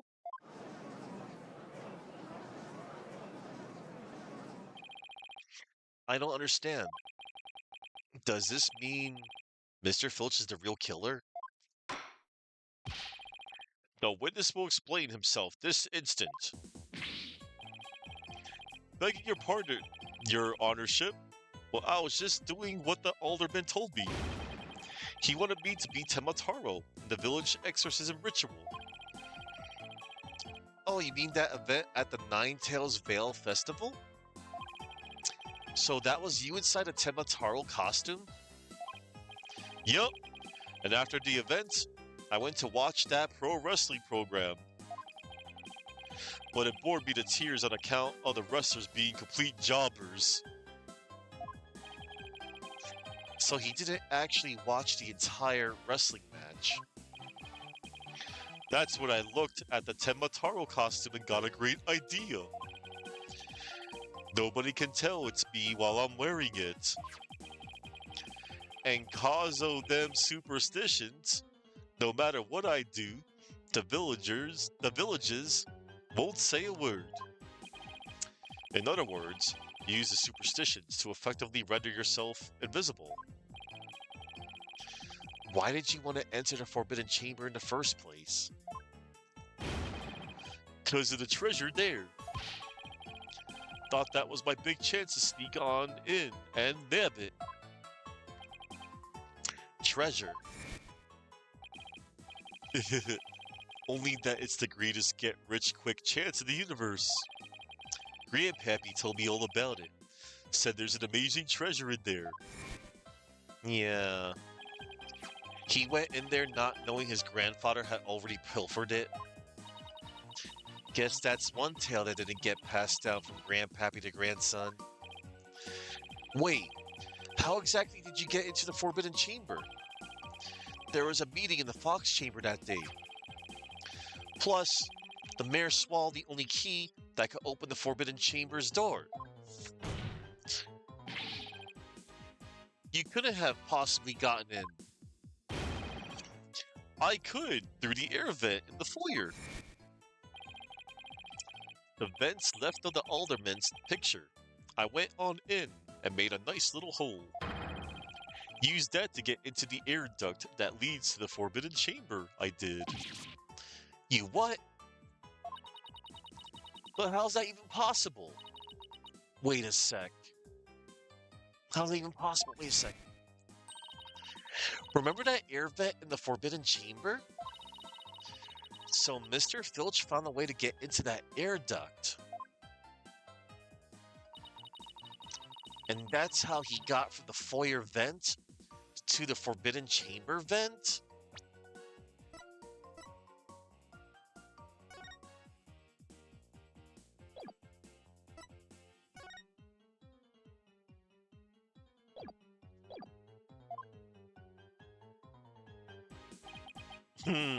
So Temataro was nothing more than a cat burglar, or rather, a Tanuki burglar. And we're back to being without anyone to charge for the alderman's murder. Looks like our so-called yokai is nothing more than one big troublemaker. Tell me, Mr. Filch, what did you do after fleeing to the foyer? I got out of that costume right quick. Would have just caused trouble at that point. I got out of that costume real quick, yeah. I got out of that costume real quick. Would have just caused trouble at that point. And where is that costume now? Heck if I know. And it ain't my fault if you never find it. The police searched every nook and cranny. No yokai costume was left in that manor. What if it was tossed outside the manor? Ah. Yep. No way. But maybe, just maybe.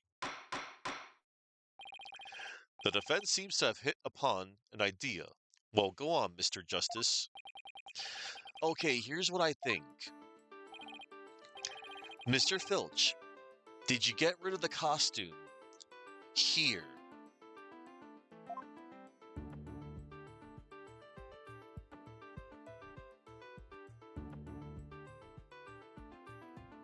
The open window. Right there. Take that! Did you toss it out the window? Because that would certainly explain why it didn't turn up inside the manor. You think I tossed it out the window? That costume cost me a pretty penny. So why would I go do something like that? I can think of a few reasons. Any bright ideas, Apollo? Well, assuming the costume really was tossed out from the window, then the next question would be, what happened to it after that? And if I'm right, I might have just the thing to prove what happened to the costume. Phineas Filch, I have just the evidence for you. You do? This evidence proves you got rid of your Temataro costume through the window.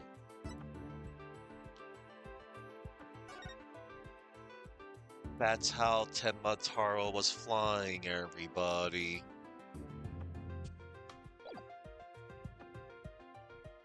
Take that! Ah, that's Temataro flying through the sky?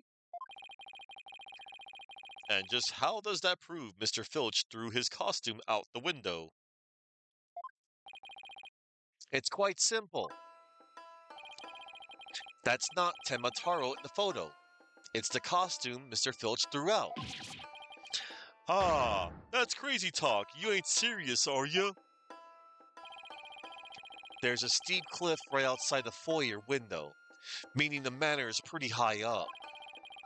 The costume flew through the air after it was tossed out. That's when the photo was taken.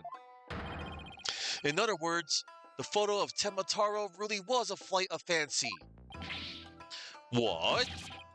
Yikes! Oh my, so there really never was a yokai.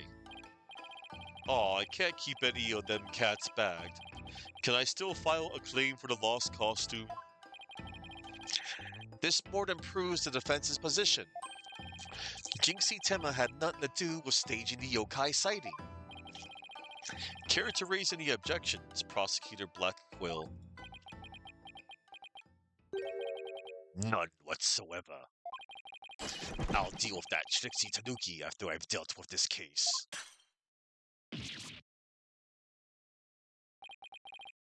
We did it. Good going. Now all we have to do is make Florent LaBelle take the stand. Objection! Leaving the sword a bit early, are we not? Huh? Nothing has been proven beyond a doubt. Take this tricksy little Tanuki, for instance. How do you suppose he was able to exit the Forbidden Chamber?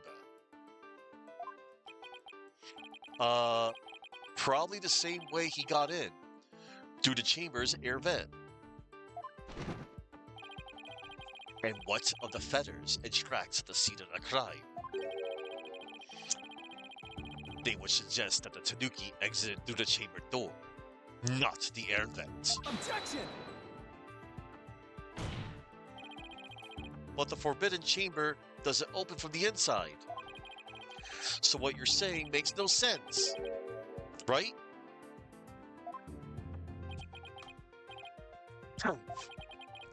Someone on the outside opened the door for you. Isn't that right? Yup, that's right, Mr. Blackjack. The door suddenly sprung right open. Mr. Blackjack. Might have been a light reference to Dr. Blackjack from, Osamu Tezuka's work. The dude that made Astro Boy. And considering that Dr. Blackjack was black and white, so was Simon Blackwell. Hold it! Sprung right open? Who was on the other side? Didn't get a good look on the account of the sudden glare. Like how the reflection from my head blinds fellow moviegoers emerging from the dark. That's when I snatched that staff and made my daring escape. And then that little maid gal spotted me as I hightailed it down the hall. That means the Forbidden Chamber wasn't open until after the crime was discovered. But wait, we still don't know who opened it. Maybe there really was a third person in the Fox Chamber. Objection! Well, you little Tanuki, when the Forbidden Chamber opened, did you see the accusant passed out there? Nope. Only one there was the alderman, and he was dead as a doornail. If the accusant wasn't there, what do you suppose he was up to? Uh-oh. I don't like where this is going. Ah, don't tell me.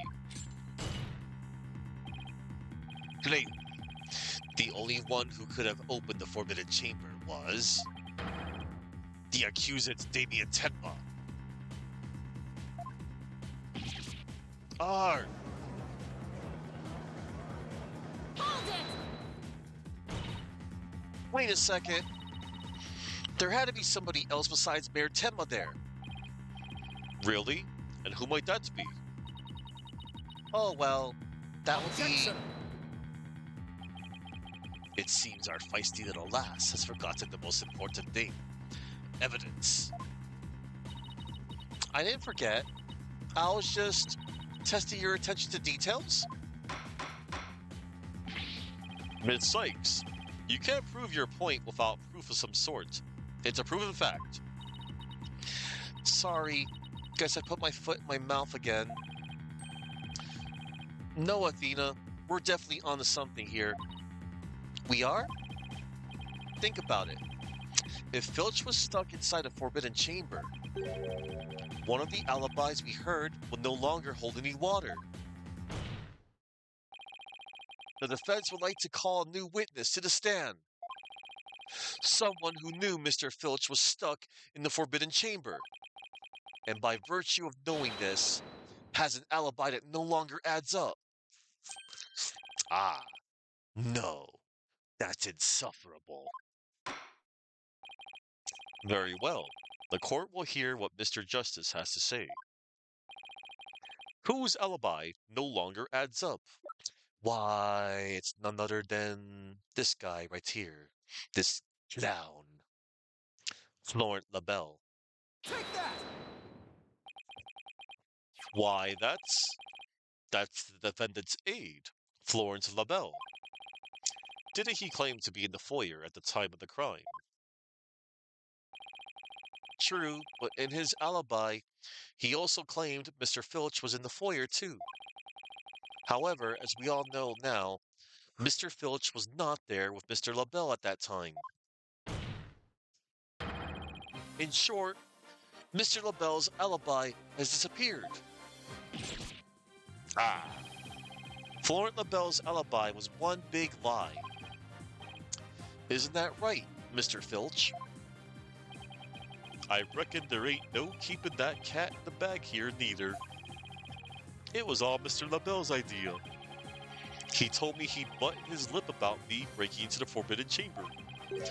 And in return, he said we'd vouch for each other's alibi. Shame on you, Mr. Filch. Perjury is a serious crime, you know.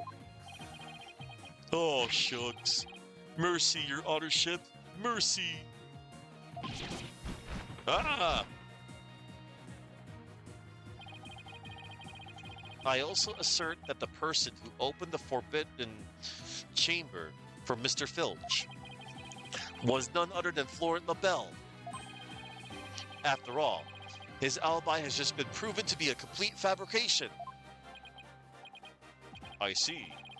We will take a 20-minute recess. After which time, we will see what Mr. LaBelle has to say for himself. Yes! We're finally going to drag that slippery snake onto the stand. In the meantime, the prosecution will question Mr. LaBelle about these new allegations. Oh yeah, question him all right.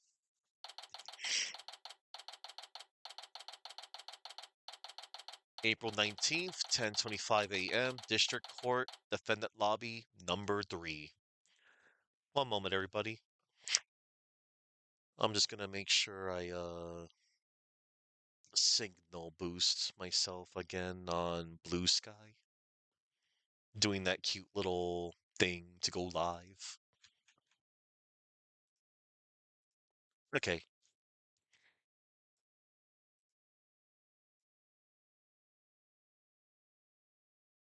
What the heck?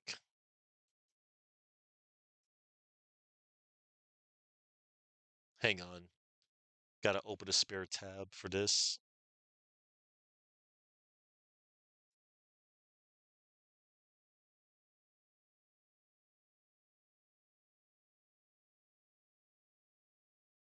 How cute.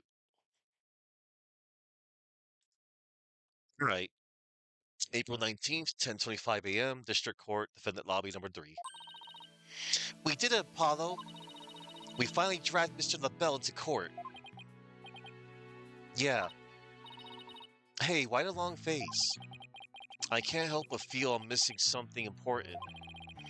Plus, Prosecutor Blackwell's bound to mount a counterattack.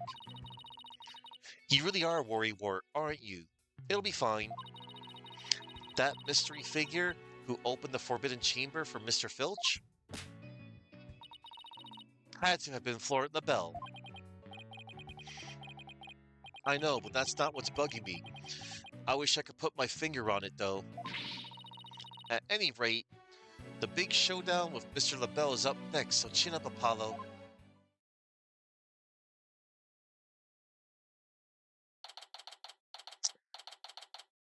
April 19th, 11 a.m., District Court, Courtroom number 4.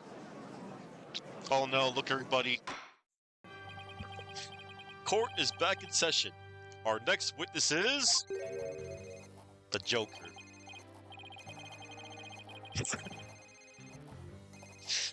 Look everybody, it's the Joker. It's the freaking Joker on the stand. He's got the green hair like Joker. He's wearing the purple suit like Joker. His face is reached out like the Joker. I want to. This has got to be a coincidence, or this was intentional. It's the god. It's the yeah, baby. Yes, I'm acting on behalf of the mayor in this very important matter. It seems the witness is predisposed at the moment. Ha ha ha. Surely you jest. I will hold you to your promise. Remember that. Oh, my deepest apologies. This is Florent LaBelle, personal aide to Mayor Temma, or should I say, the accused. Ouch, like the poor mayor hasn't suffered enough. Well, what business do you have with me? I'm a very busy man, so let's make this as brief as possible. Your baldness. Ah, right. Mr. Filch's testimony has revealed a hole in your alibi. And for this reason, you are suspected of having some sort of connection with the case at hand. To think I'd be associated with this entirely lurid affair. Well, I'm not. So may I go now? I have very important matters to attend to. Objection! I don't think so, Mr. LaBelle. Do you realize what a serious crime you committed? Witness, you are being accused of perjury. This is your chance to clear the air. Fine. The truth is, I faked my alibi for a very good reason. The mayor was obviously the killer, so I created a fake alibi to confuse the matter. You see, as his personal aide, I felt I had to protect him. Sorry. You think this is funny? Without your alibi, you're a suspect too. What were you really doing at the time of the crime? Peasant. Peasant. Objection! How dare you accuse me, one of the beautiful people, of being... Objection. Stop stalling and tell the court what you were really doing at the time of the crime. Silence! Silence. Oh, damn. Enough jabbering. Swords have been drawn. The time for talk is past. Swords? What swords? This is a duel to the death. The fate of the accused rests in our hands. Begone, ye of cowardly hearts. The battlefield hath no place for ye. Again.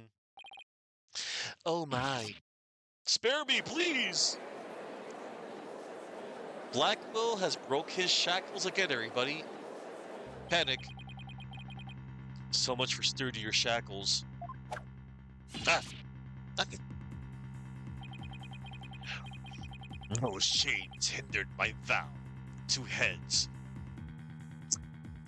Those chains hindered my vow that heads would roll this day. This gives keeping your head on in court a whole new meaning. Will the witness please deliver the accused's death knell? You know of what I speak. Most certainly.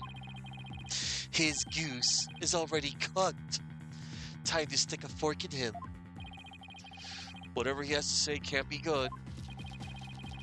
As I told Prosecutor Blackwell during the recess, I rushed right over to the Fox chamber when I heard little Jinxie scream. What? Then, drumroll please, I saw Mayor Temma opening the Forbidden Chamber doors. But There you have it. The mystery man who opened the chamber door, as witnessed by one Phineas Filch. It was the accusant. There was never any third party. oh, and that's not all. I heard something quite startling there at the scene of the crime. Startling sounds bad. The mayor, who was barely conscious, muttered this. Forgive me, Jinxie. I killed the alderman. That's right. The mayor actually confessed to the murder right then and there.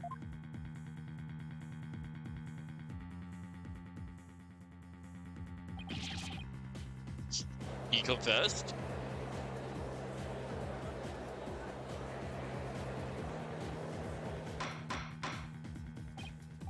Order. Order in the court. This is quite conclusive testimony if it stands. Just so, and quite astonishing. I might add, I only learned of this fact during the recess. I just love surprises, don't you? That's why I saved the best for last. Consider it a gift from me to you. No way. I don't believe Mr. LaBelle heard the mayor confess. But is this really true? Did Mayor Temma really confess? It is indeed.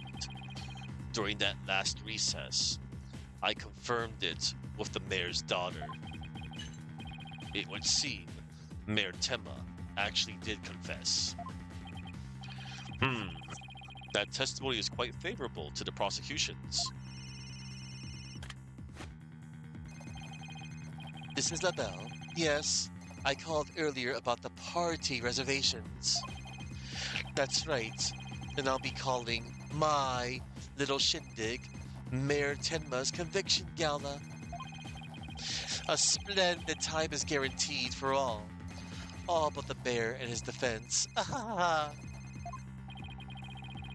Well, as it seems, our witness is a very busy man. Let's get ready to his testimony. Mr. LaBelle, please tell us what you saw when you came upon the scene of the crime. Finally, witness testimony. What LaBelle saw. I was in the hallway, hiding in the shadows. That's when I heard the confession. Upon learning of her father's crime, little Jinxie fled without ever noticing me.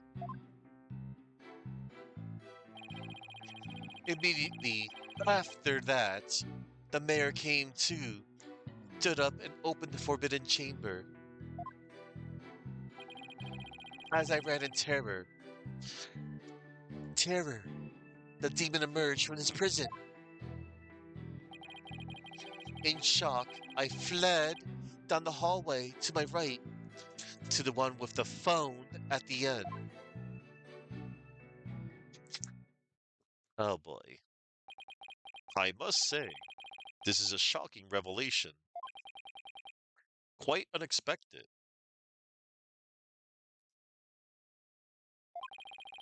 To think the defendant actually confessed then and there to his crime. Perhaps the guilt was too much to bear, so he confided in his daughter. You do realize you should not have withheld such crucial testimony from the court. Once again, sorry.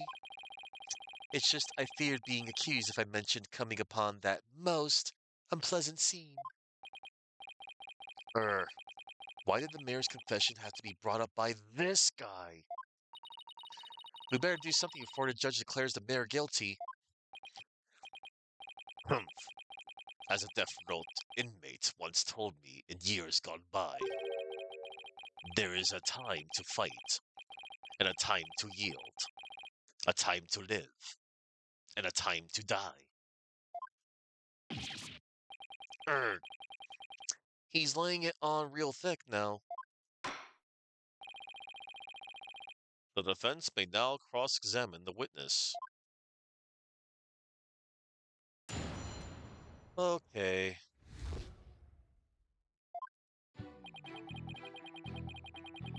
I was in the hallway, hiding in the shadows. That's when I heard the confession. Hold it! You claim that the mayor confessed to his daughter? Are you sure about that? Peasant. He wouldn't dare ask such a question if he truly understood. True beauty is never wrong. It's not? No, beauty is carved deep in the DNA. That means I'm programmed to always be right, even when I'm wrong. I'm not following. These exquisite ears like flowers abloom. These eyes that shine like pearls. This hair like the finest silk. Nothing can corrupt the truth they hold. Right. The witness will hurry up and explain this truth of his. Specifically, what did Jinxie Tenma do upon hearing the confession? Upon learning of her father's crime, little Jinxie fled without ever noticing me. Hold it! How did Miss Tenma appear to you? Oh, the poor little thing seemed positively heartbroken, all teary-eyed and whatnot. I couldn't help but shed a few tears myself after seeing her like that. He actually sympathized with Jinxie? Seems like an overly human emotion for him. Yeah, because he's the only real monster we've seen so far, in looks and in character. The next thing I did was check my face in the mirror. Check your face? Why? To behold the beauty that is my sadness. Why else? Apollo, I'm starting to lose all faith in humanity. I know the feeling, but hang in there. At least keep faith in our client. Let's keep this moving, shall we? So what happened next? Immediately after that, the mayor came to stood up and opened the forbidden chamber. Hold it! He opened the forbidden chamber? But why would he do that? Who knows? Maybe he wanted to free the demon, Temataro? Objection! The courtroom is no place for fairy tales. Remember, you are under oath. Hello, LaBelle speaking. Yes, I will certainly explore the matter. Toodles. Now, where were we again? You were going to tell us the real reason why the mayor opened the forbidden chamber. Oh yes, of course. Hello, this is LaBelle. Hahaha. Good one, sir. You're an absolute riot. Okay, bye. You were saying? Never mind. This is a waste of time. He's just going to tell more lies. The witness will focus on his testimony, not his phone calls. Now, tell the court what you did after you saw the mayor open the forbidden chamber. Well, after that, as I ran in terror, the demon emerged from his prison. Hold it! What was Mr. Filch like at the time? He was shouting, I can't see, I can't see. It's the curse of Temataro. Then he took off running like a madman. He must have been blinded by the sudden light flooding in. Wrong. What? He set eyes upon me and was thus blinded by my radiant beauty. So it was the curse of Florent LaBelle rather than Temataro? Yes. Yes, I'm afraid such beauty can be a curse. It's almost criminal. The only thing criminal here is your ceaseless jabbering. Now get on with your testimony. Oh, forgive me, your darkness. Let's see. Oh yes, I fled for dear life from Temataro and... In shock, I fled down the hallway to my right, to the one with the phone at the end. Hold it! So, after you fled into the hallway with the phone at the end, Tenmataro ran off toward the foyer? Precisely. Notice any inconsistency, Apollo? Inconsistencies? Well, Jinxie also saw Tenmataro, right? She did.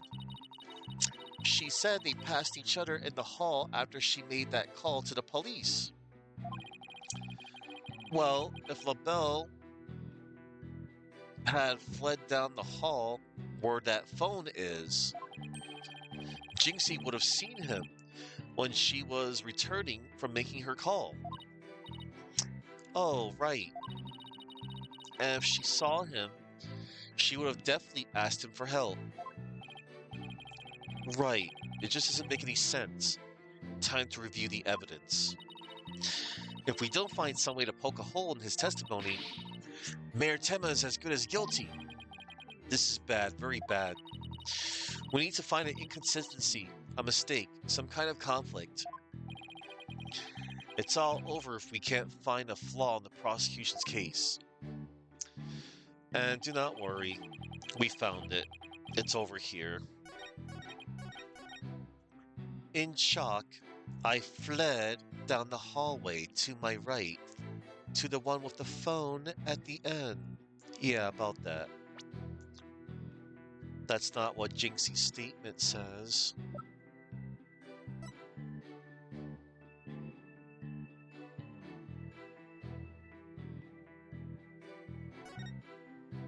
After leaving the scene and calling the police, they passed each other at a bend in the hallway as he made for the foyer. He was carrying a staff-like implement that jingled. She couldn't call for help because there was no one else in the hall.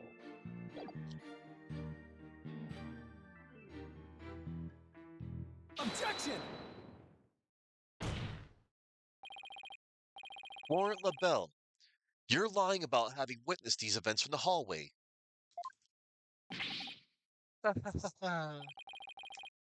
What on earth do you mean? Yes, care to fill the rest of us in, Mr. Justice?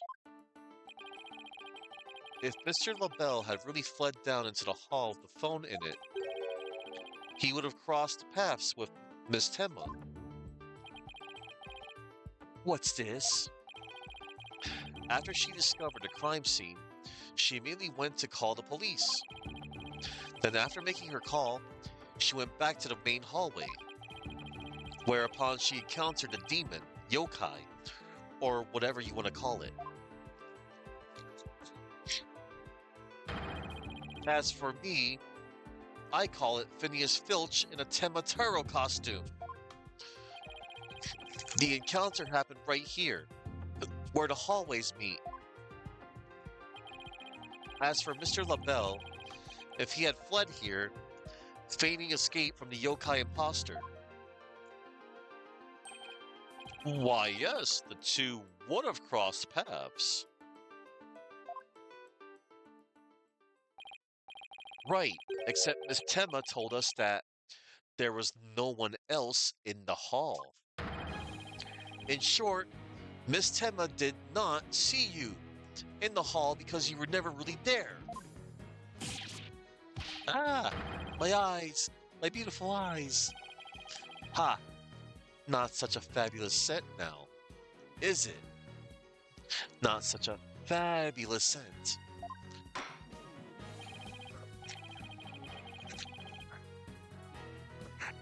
But Mr. Justice, the witness also stated that he heard the mayor confess.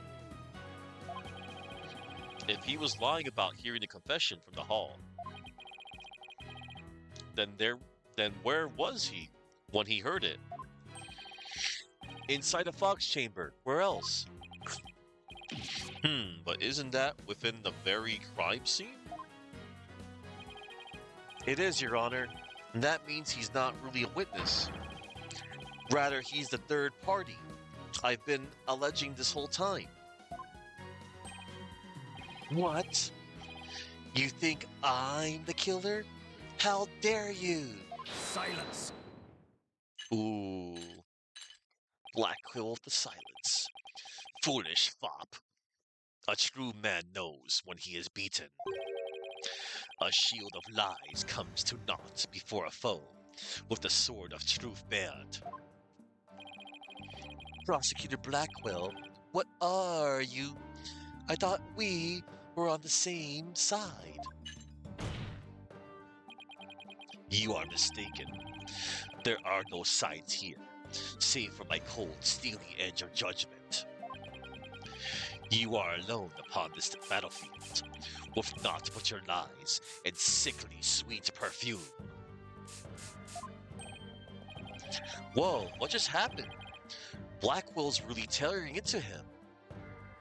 Yeah. You heard the mayor's confession from the inside, did you not, you deviant dandy? For the sole location from which you could have seen and heard the mayor and the tanuki, without either of them noticing, you were right there in the fox chamber. Oh my. So that's how it's going to be. Fine.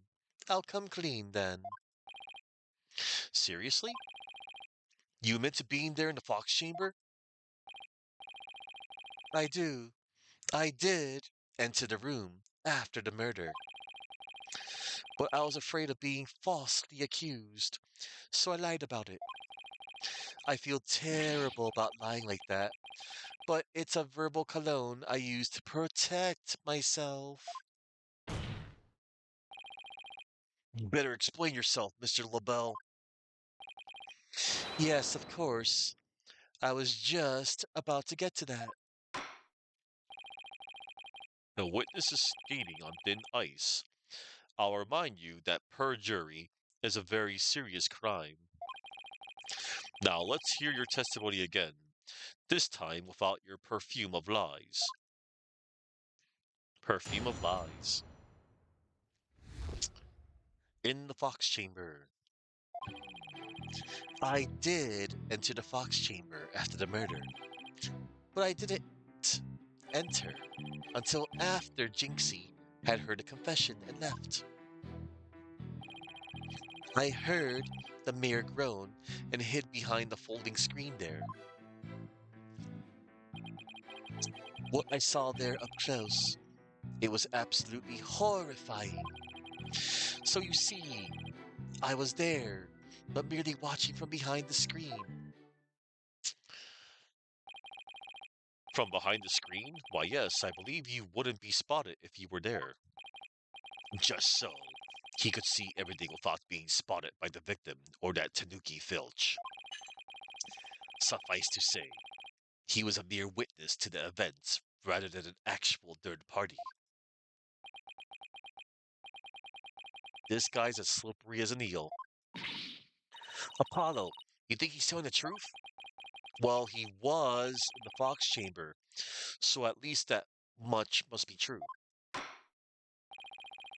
The defense may cross-examine our slightly voyeuristic witness. Oh boy.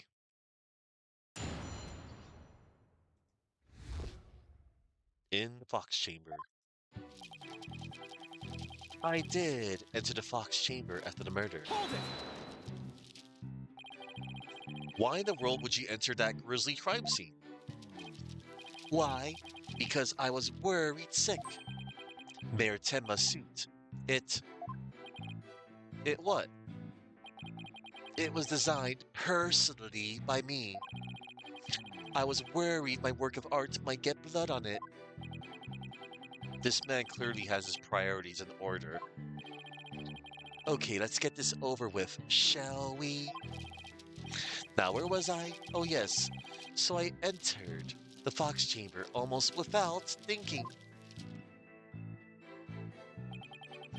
But I didn't enter until after Jinxie had heard the confession and left. Hold it! Why didn't you enter right away? And ruin my designer shoes. Your shoes? Even now, just thinking about getting blood on my fabulous footwear. It sends chills down my spine. That's why I hesitated. Objection! That's terrible. A man was dying and another injured, and you're worried about your shoes? Silence! Need I remind you, this is a court of law. We are not touching morality here. We have schools of etiquette and the like for such trivial pursuits. Gah. Now, you listen to me, you deceptive dandy. Get to the point and be quick about it. Yes, well, I was there in the Fox chamber, but I heard the mayor groan and hid behind the folding screen there.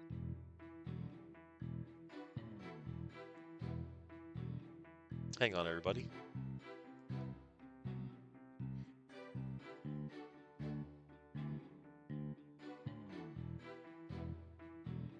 All right, good. Oh my. All right. Just, checking another.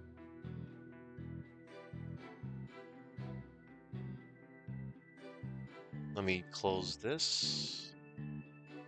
All right. I heard the mayor groan and hid behind the folding screen there. Hold it! Wait a second. Why did you hide yourself? Oh my, so you do understand. I do? By hiding, I was concealing my fabulous beauty, which for the sake of the universe is something I should never ever do. That's what you were thinking, right? I'm sensing a black hole of egocentricity forming around the witness stand. We can deliberate his mental process another time. Get on with the testimony, now. Well, regarding the murder scene,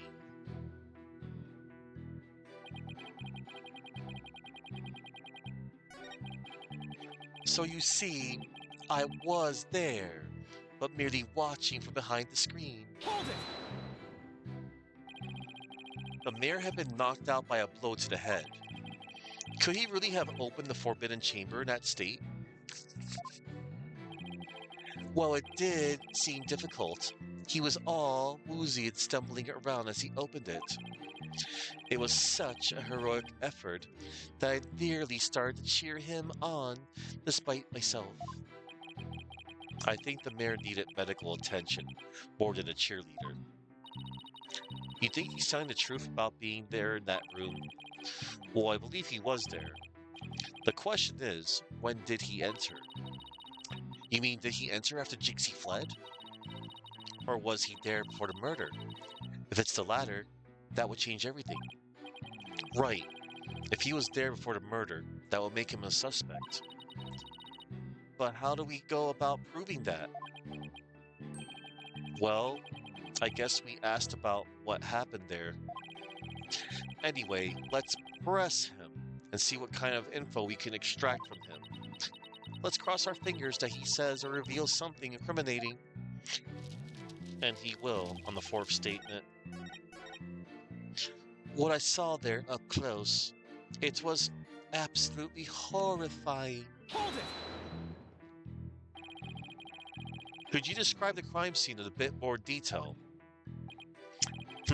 And what exactly would you like details about? Well, what I'd like to ask you about is the murder weapon. Could you describe the state of the weapons that had been used at the scene? The spear had been thrust all the way through Alderman QB. Then there was that statue the alderman used to bludgeon Mayor Tenma. That incredibly inspiring symbol had fallen to the floor. Oh, right, the statue. But why would he find it inspiring? Why exactly did you find the statue inspiring? Well, when I saw that statue, I felt as if the merger had been realized. It was like a celebration of union between town and village, an inspiring symbol of goodwill. A broken statue next to a bloody corpse, real inspiring. Well, Mr. Justice, do you consider his statement to be of any importance?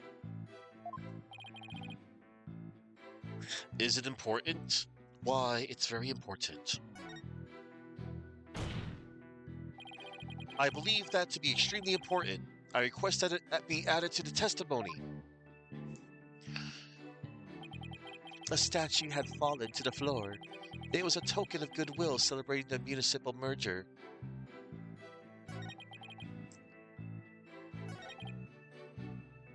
Hold it! A token of goodwill. Are you referring to the fox and demon statue? Yes. The statue the alderman allegedly used to strike back at Mayor Tenma. The mayor trampled down municipal goodwill, only to be clobbered by its symbol. It's quite ironic, don't you think?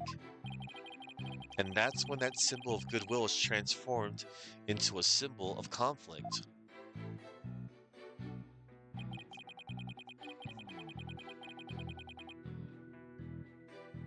Oh man. We will present the evidence, the fox and demon statue. Yep, there it is. A statue had fallen to the floor. It was a token of goodwill celebrating the municipal merger. Yeah, but the cup was not there. Objection! Your lies have finally betrayed you, Mr. LaBelle. What possibly could you mean?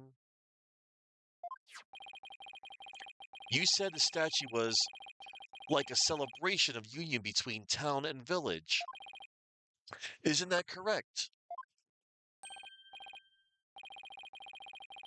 It is indeed, but what of it?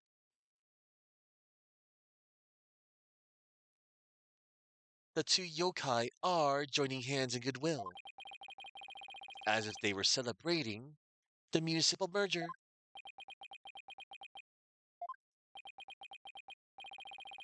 Something the matter? So how did you really know that this statue was meant to be a symbol of goodwill again? What? Justice, Dono. Explain yourself, and make it quick.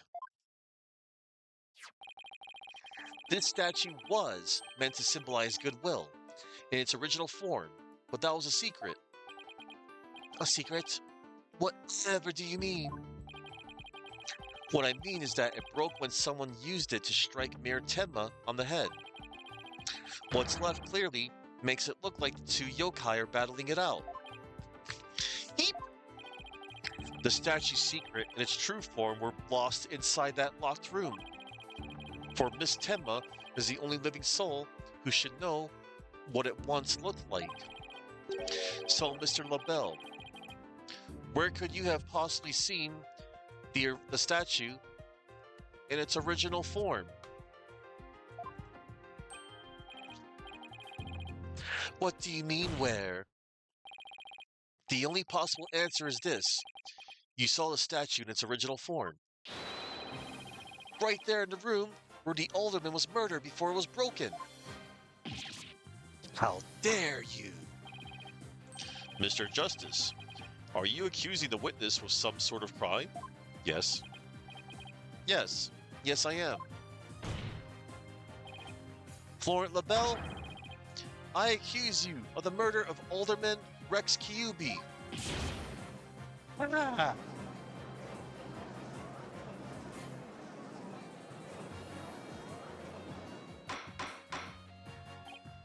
Order! Order! Mr. LaBelle, you've been accused of murder. Do you have anything to say in your defense? Erg. How could you possibly accuse me, the embodiment of beauty? Way to go, Apollo. This is the conclusive evidence we needed. Magnifico. We've got you now. We know you killed the alderman. Now admit it. Silence.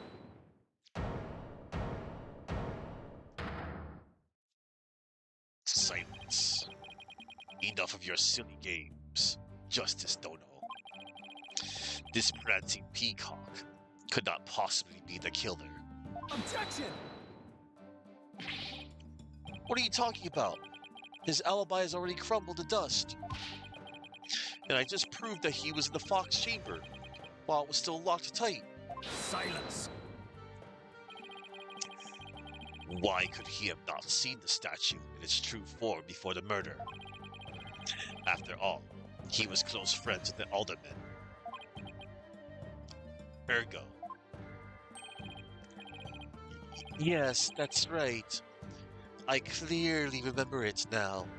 Alderman Kyubi told me about it. About what the statue actually looked like.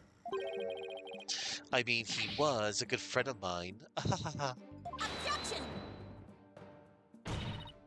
Yeah, right. He wouldn't show you a secret gift just like that. Silence. Moreover, it has already been proven that he was not present at the scene of the crime. It has? Forgotten, have we? Recall the little scam statement, if you will. When Jinxie Tenma unlocked the Fox Chamber, she saw the alderman and the mayor collapsed therein, and no one else. Oh, dang it. The fact is, it was you too who made that apparent in yesterday's court session. Thus, Florent LaBelle could not possibly have been in that locked room. No. I just don't get it. How could Jinxie not have seen LaBelle? The proof is incontrovertible. No room for debate exists. Am I not right, your baldness? It does seem awfully conclusive. The facts point to the defendant and victim being the only people in that locked room. Moreover, the The defendant has already confessed. Objection! Silence. You cannot defend the indefensible.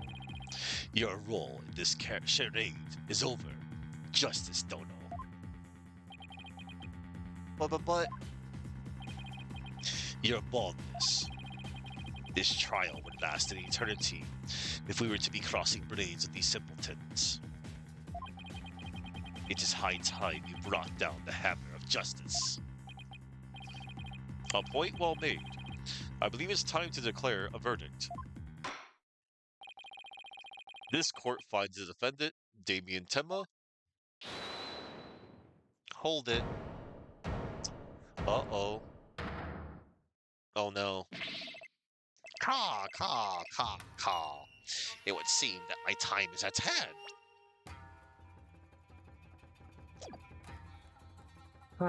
So Damien Tema, shout it, hold it, or Temataro. No, it was Temataro. He's acting like Temataro. Caw, caw, caw, caw. It would seem that my time is at hand. Mayor Tema?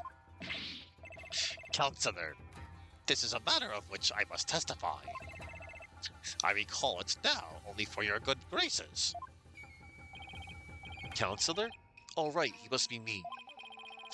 Has he finally remembered what happened before that blow to his head? Bailiff, don't just stand there. Seize him. It's no good. I can't restrain him.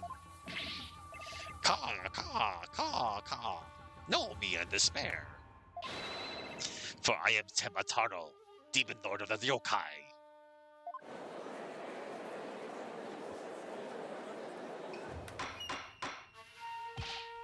Mr. Justice, do something.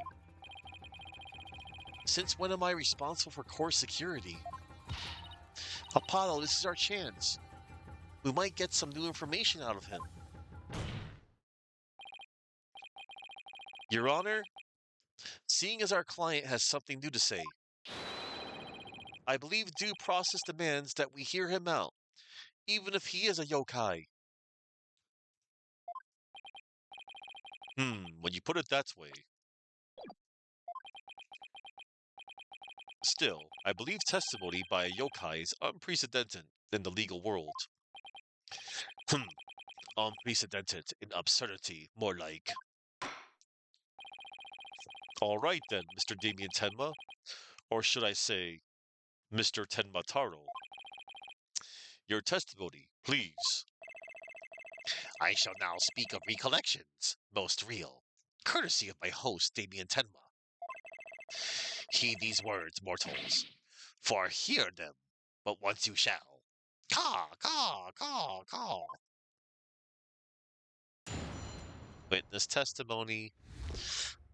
The ruler of demonkind. Barely conscious was Damien there, amid the darkness. Suddenly, two yokai did appear. On one side, I, Temataro, ruler of demonkind. And on the other, my mortal enemy, the nine-tailed fox.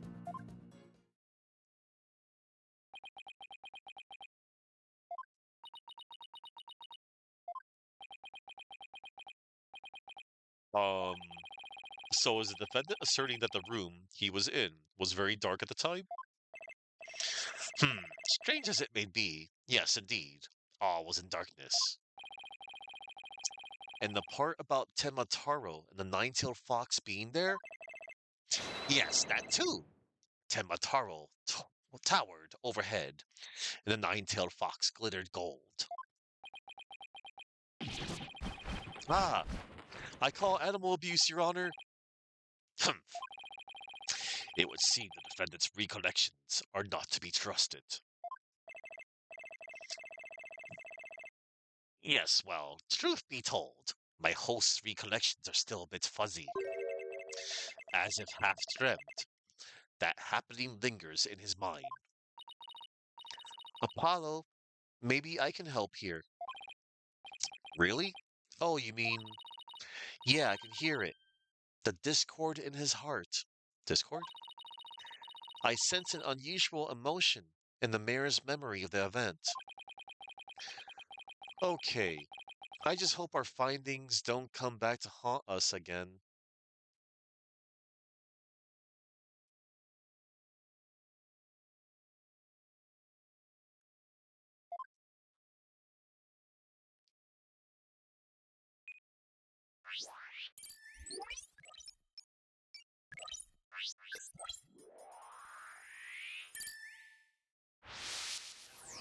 Uh, Barely conscious was Damien there, amid the darkness. Suddenly, two yokai did appear.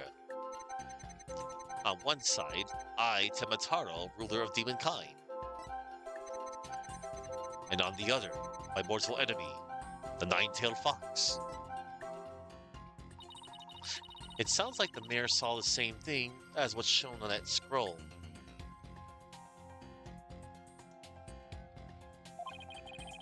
What's with those Tenmas and their yokai vision? I think it's sweet how father and daughter can share something like that. I don't think a shared nightmare really qualifies as sweet. Anyway, all I need to do is point out an unnatural reaction like last time. Right, look for places where an emotion conflicts with the testimony. That conflict usually indicates a thought or emotion that is being suppressed.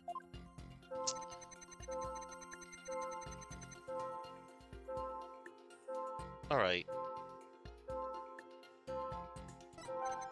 So...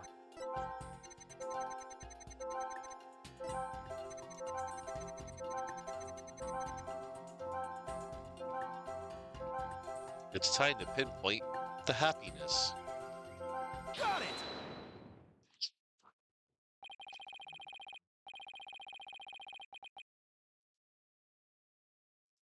One moment, everybody.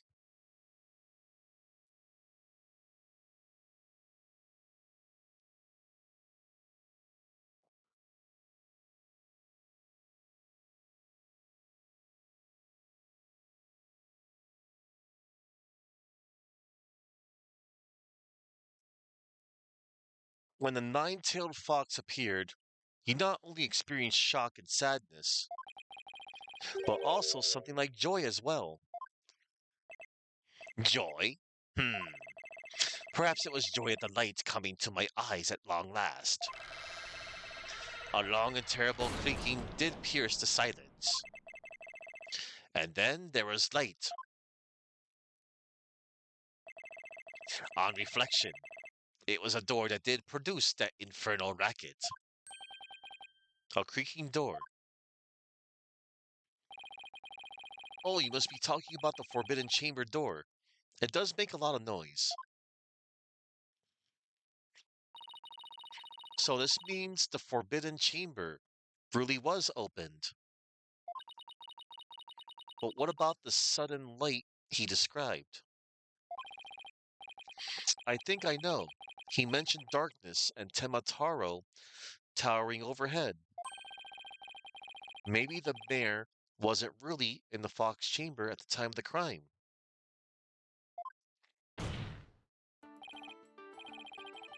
Mr. Mayor, did the darkness that you were in happen to be here?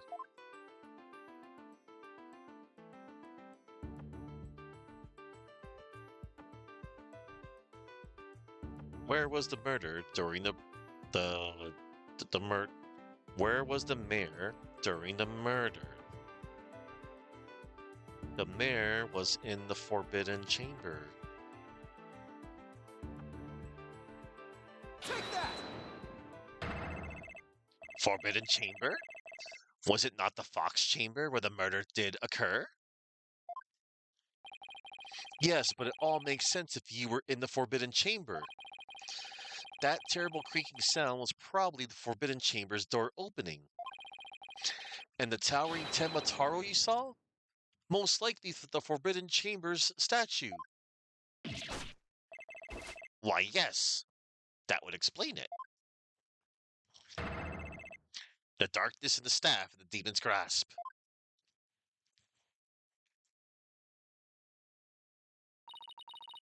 But even if all that's true, then what about the nine-tailed fox? maybe he was seeing things, just like Jinxie and her imaginary yokai. Fantastico, Apollo.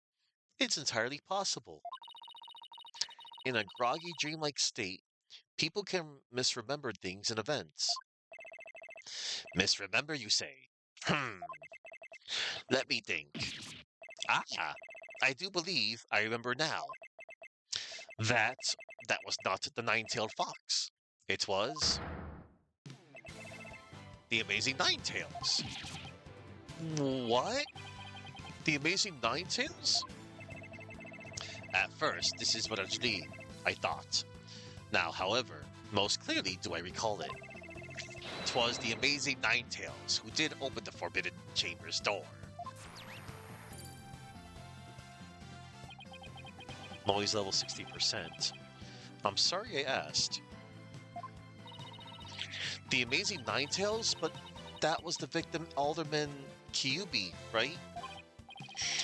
Yeah, why would he open the Forbidden Chamber? Wasn't he trying to keep it sealed? Never mind that. This is completely new information. Let me enter it and run an update.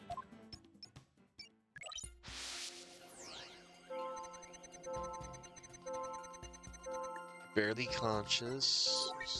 Info update.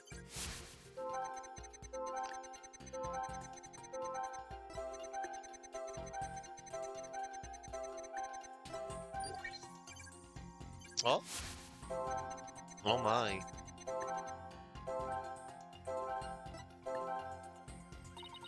What do you suppose the Amazing Ninetales was up to? Good question. Could he have been trying to free the mayor from the Forbidden Chamber? But why help an enemy like that? Wasn't he opposed to the mayor's merger plan? Well, at least now we know why the room suddenly lit up. Must have been a huge relief for the mayor. I mean, just thinking about being trapped in that pitch black room freaks me out. So, barely conscious with Damien there, the Forbidden Chamber. Amid the darkness, a mighty statue of Temataro loomed overhead. Suddenly, the door did open, and a shaft of light did pierce the gloom. The amazing Ninetales had come to the rescue.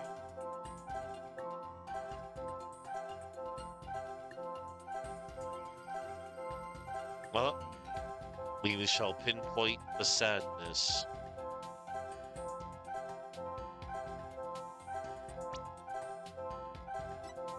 Got it! When the amazing Ninetales opened the chamber, banishing the darkness within, you felt joy, but didn't you also feel shock and sadness? Yes, in the hazy depths of my mind, I do recollect something of that nature. I believe it was the fiend's keep of red. For when I did behold it, For when I did behold it, a great wave of sadness did inexplicably wash over me. Oh, yeah, the tie closed up. He's back to being Mayor Tema again. A cape of red. Apollo, we've reduced the noise level. Oh, but there's still a little left. Mayor Tema, why were you sad when you saw the red cape? Hmm, why indeed? Uh-oh. What could this mean? I guess his memory is still a little spotty. I know because his latest recollection contradicts the evidence. Yeah, it's one of those contradictions that slaps you right across the face. Something this obvious could arise. When someone is trying to force a fuzzy memory into a definitive shape. Apollo, I know what you have to do. You need to present evidence that contradicts the image you see. Oh, so it's basically the same as the usual cross-examination process. Okay, time to review the evidence. Look out, contradiction. Here comes justice.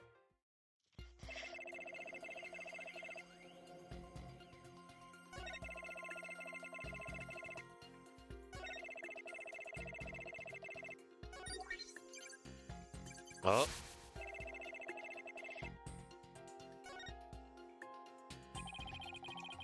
It still seems like his memory is really confused. Yeah, that's because unlike data, memories are living, breathing things. Preconception, illusion, memory overlap, memory repression. Our memories are intimately tied to our psychology and emotions.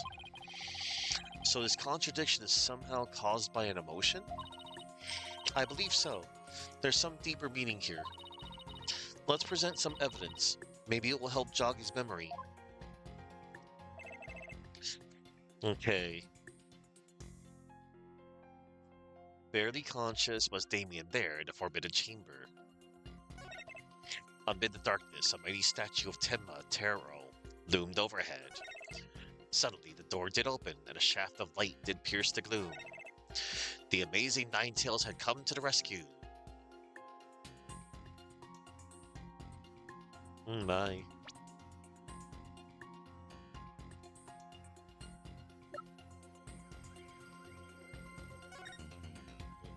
Oh. It appears he's not wearing a red cape here. Objection! You said the amazing Ninetales cape was red. Are you sure about that? Yes, well, I do believe it was a red cape I saw, but... Mayor Tenma, does this cape look red to you? Oh, that certainly does not look red. Not even scarlet or crimson either. Nevertheless, upon my liberation, something red did fill my as yet hazy field of view. And I thought to myself, the amazing Ninetales is arrayed in a cape of red. So you mistook that red something for his cape, huh? Apparently so. And remembering it, apparently so. And remembering it now brings a great sadness upon me. So the red something probably wasn't a cape after all. Maybe that great sadness he mentioned is what's interfering with his memory. Well, he would have seen the fox chamber behind the amazing Ninetales. What red object could he have seen there that would have been that shocking? I know. Could it have been? Mr. Mayor, was the red thing you saw this?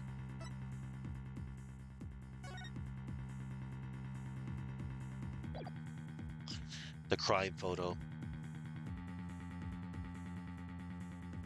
Take that! Something red that could produce a deep sadness. Could it be Mr. Tenma? That what you saw was the alderman's blood? Blood? Why, yes, it was blood. Oh, Lord. Oh, It's all coming back to me now. It wasn't a red cape that I saw. It was lying behind the amazing Ninetales, the alderman's bloody body. He. Ooh. Ah. Right there. Shucks. And noise level reduced to 0%. Bye-bye. His noise level is down to 0. I think he's remembered everything now. Does this mean the amazing Ninetales killed Alderman Kyubi? But the Alderman was the amazing Ninetales, so how exactly would that work? Hey, I asked you first. Well, Mr. Justice, you sure know how to make a complicated matter even more complicated. True, but at the time of the crime, our client was in the Forbidden Chamber. Moreover, Silence. Hoy, don't you think this strange? The little scamp has already confirmed her father to be in the Fox Chamber. But she said naught about seeing the amazing Nine Tails there. Heck, you just had to bring that up, didn't you? Jinxie didn't see LaBelle there either. It's so weird. Who really was in that room then? Will the defense care to share any theories to the court? Can you explain the inconsistency between the defendant's testimony and his daughter's? Yes, I can. Yes, of course I can explain it, because if I don't, we're in serious trouble. Not with more of your bluffs and fairy tales. Not with more of your bluffs and fairy tales, I trust. Fair warning, Justice Dono. I shall have your head if you fail to explain this. Eep. What about a good old-fashioned penalty? Well, Mr. Justice, let's see if you have a head worth keeping on your shoulders. First of all, Mr. LaBelle was definitely in the Fox Chamber while it was locked. We also know that Mayor Tenma was in the Forbidden Chamber based on his testimony. These two facts are crucial to my explanation. So let us consider the following question. If the facts point to Florent LaBelle and the victim being there at the scene, why did Jinxie Tenma see the victim and her father, Mayor Tenma? A very good question indeed. And I suppose you have an answer for us. Sadly, you would be supposing wrong. You think she could have mistaken LaBelle for the mayor? Well, if she did, then the question is, why did she do that? Well, how about that explanation, Mr. Justice? I believe the time for questions is over. The defense asserts that Florent LaBelle was at the scene of the crime. However, Jinxie Tenma has testified that she saw her father collapse there. If she has, in fact, misremembered the event, what could have made her do so? Because LaBelle was disguised as Tenma.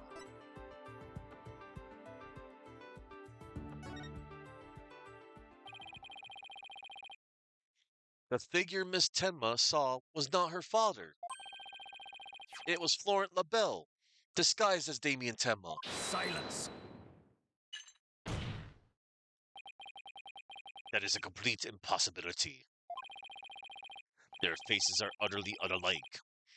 How can you explain that away with a mere disguise? Their faces are utterly unalike. How can you explain that away with a mere disguise? Yes, they both do have incredibly distinctive faces. Maybe the disguise completely hid his face? I think Jinxie would have mentioned if she couldn't see her father's face. And if it was that sort of disguise, wouldn't she have removed it? All right. Your sword is as dull as your mind, Justice Dono. Shall I show you what a truly sharp blade is capable of? I think I'll pass. Ah!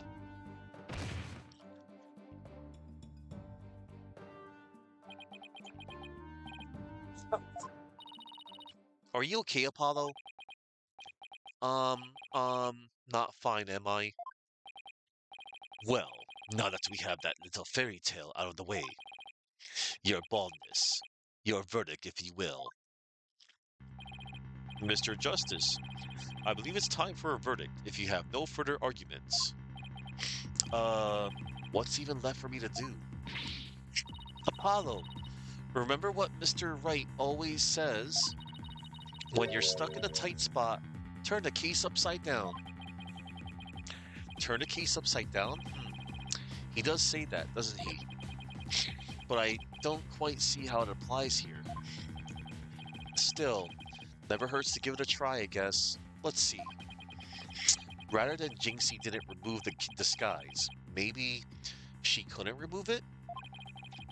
And rather than she didn't tell anyone about the disguise, maybe it was she couldn't talk about it. A wrestler's mask is more precious than his own life. He'd never unmask himself in front of others, but there are matches where wrestlers battle for the right to remove each other's masks. To have your mask torn off is the worst humiliation a wrestler could suffer. That's why their masks are more important to them than life itself. And what about the fact that it was the amazing Ninetales who opened the door? A mask that can't be removed in front of others. Can these facts turn things around?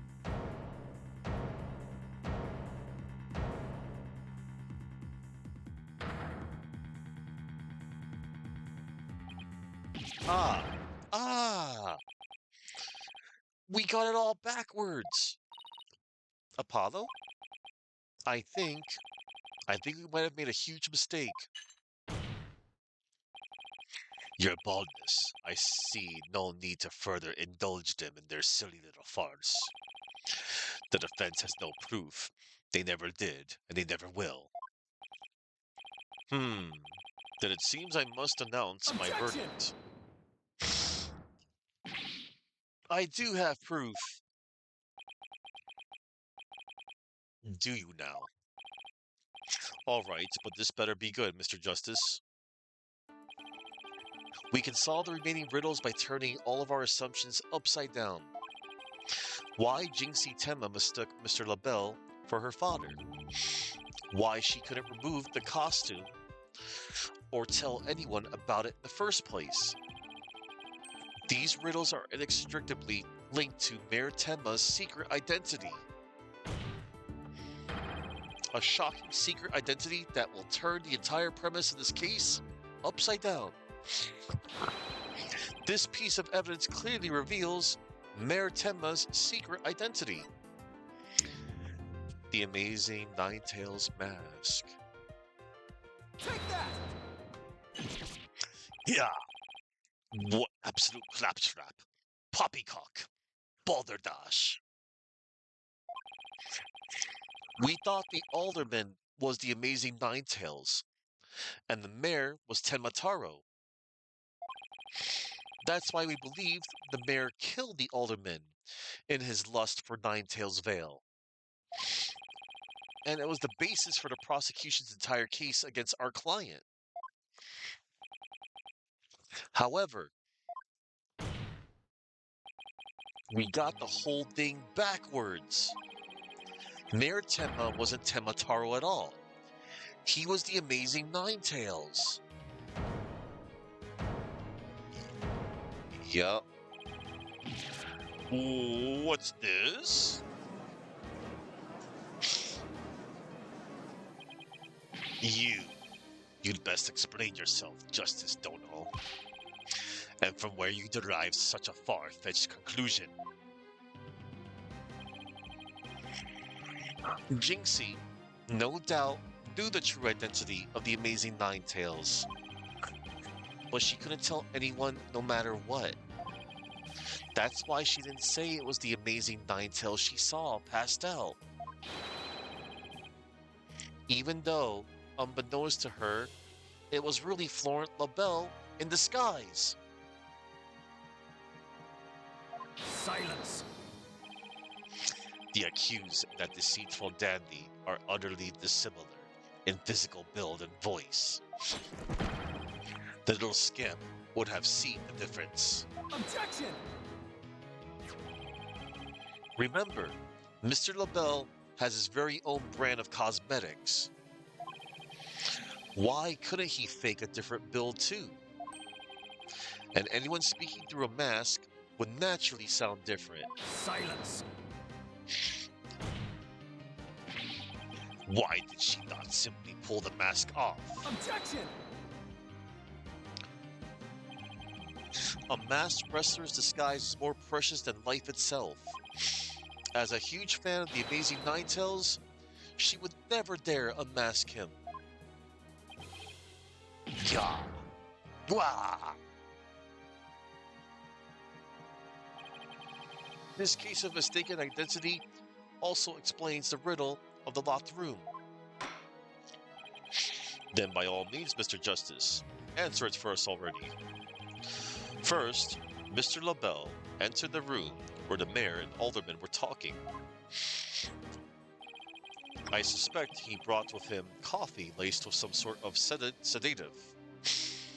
I suspect he brought with him coffee laced with some sort of sedative. Once the alderman was out cold,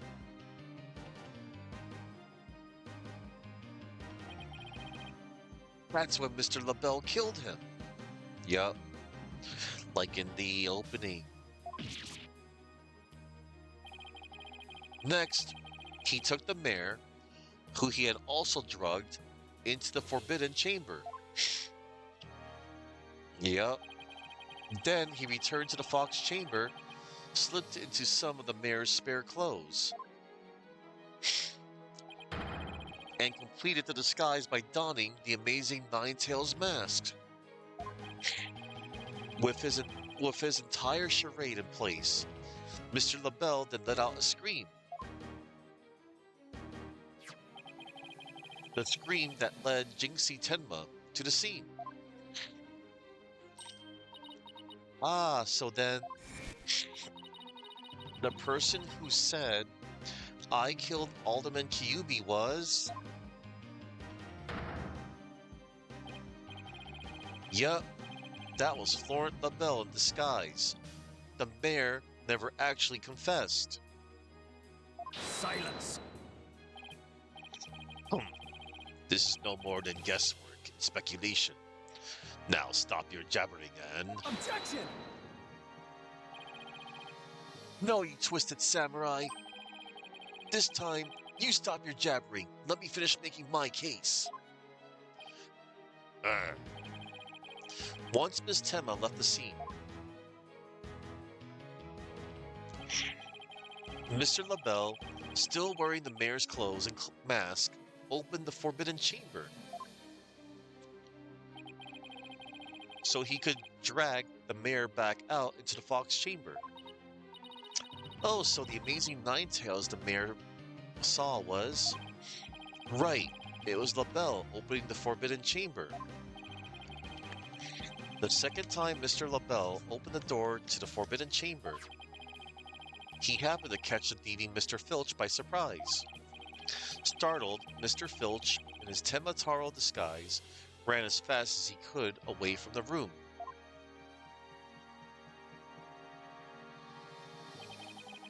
As he did, he left behind him a trail of feathers and tracks, and gave Miss Tenma the scare of her life in the hallway. With no one left to witness the events that had occurred, Mr. LaBelle then proceeded to drag the sleeping mayor back into the Fox Chamber. I see. Well, that all certainly does make sense. Then, after dragging the mayor back into the Fox Chamber, Mr. LaBelle threw his mask out the window and fled the room. Silence! For this absurd theory to work, it requires that the defendant be the Amazing Ninetales. However, he was the one pushing for the municipal merger. That such an individual could possibly be the Amazing Ninetales is preposterous. Objection! The mayor was blackmailed into pursuing the merger. Miss Tenma's life would have been in danger if he had openly voiced his opposition. That's why he created a secret identity as the Amazing Ninetales. Yeah, this is madness. No one could possibly hatch such an insane plot. No one except the killer as insane as his plot, and I'd say Florent LaBelle more than qualifies. Foolish mortal. It is at your own peril that you forget who I am. Mayor Temma, it's okay now. Jinxie will be safe just as soon as Mr. LaBelle is arrested. You are the amazing Ninetales, aren't you? I. Hmm. Hold it. Who said hold it? Ah, LaBelle did. Hold it.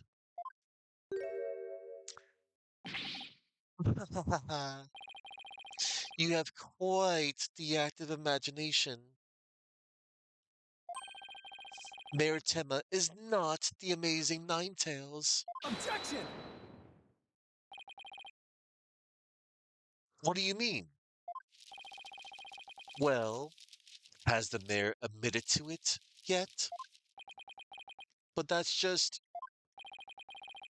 And even if he did admit to such nonsense, I would reveal the truth behind Tenmataro right here and now. What?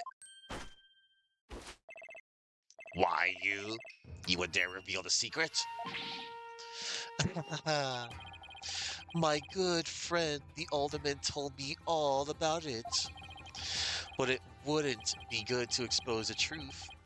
What with the superstitions, now would it? The truth behind Timataro? What's he talking about? So go ahead, say it. Say, I am the amazing Ninetales. I dare you. Uh, Objection! Wait, will somebody please explain what's going on here? Mayor Temma will do anything to keep the truth behind Temataro a secret. A dark, terrible truth that has been kept secret by the village superstitions. And if the mayor admits to being the amazing Ninetales, you'll expose the truth? Right. I won't have him walking free because of some nonsense you made up. so what now, Justice Dono? Without the mayor's admission, your theory is as useless as you are in battle. I'll show you who's useless. Apollo, don't you dare give up now. I know, I know. Your Honor, I believe Mr. LaBelle's statements warrant a thorough cross-examination. After all, the true identity of the amazing Ninetales is the cornerstone of this case. You do have a point there. Please answer this court, Mr. LaBelle. Is the defendant the amazing Ninetales, or not?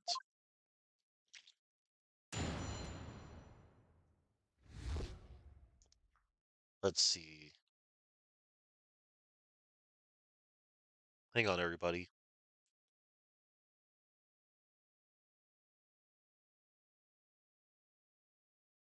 I'm just checking a little something something.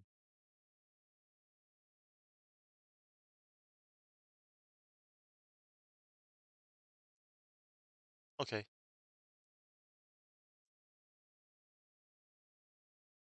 Also, I should take the time to hydrate.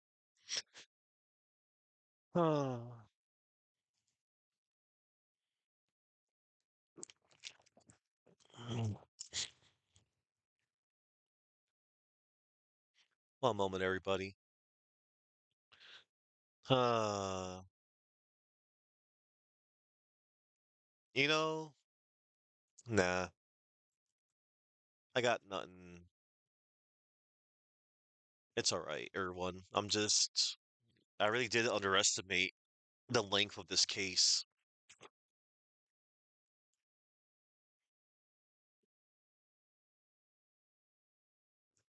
But it's okay, everybody, because my time is best spent doing this, honestly.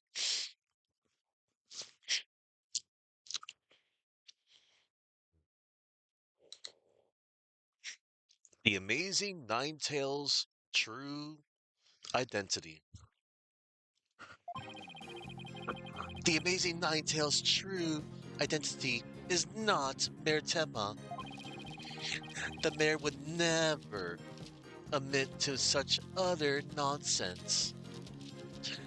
It's a flower. And hello there, Skajorda Black. Yeah, it's a flower.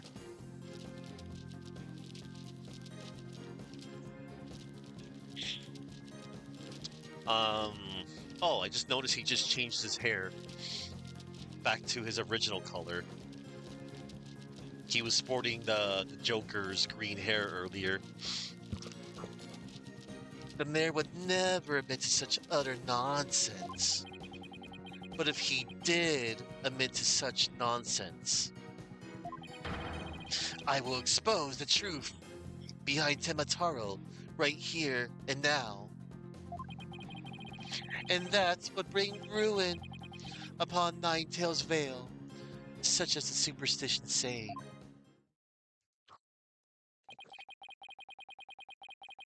Talk about out of the pot and into the fire. At this rate, the mayor will be found guilty for sure.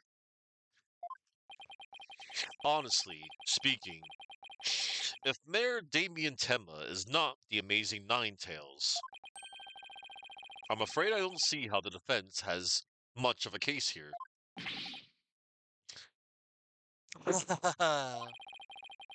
And let's just leave it at that, shall we? We all know Alderman Kyubi was the Amazing Ninetales anyway. I mean, that's how Ninetales Vale made a comeback. The Alderman was so popular. There's gotta be a hole in that testimony somewhere. But I don't even know where to start. Since we don't have any proof that the mayor is the Amazing Ninetales, then we'll just have to get him to admit it himself. But if he admits it, LaBelle's going to expose the secret behind Temataro. We are so close, I know it.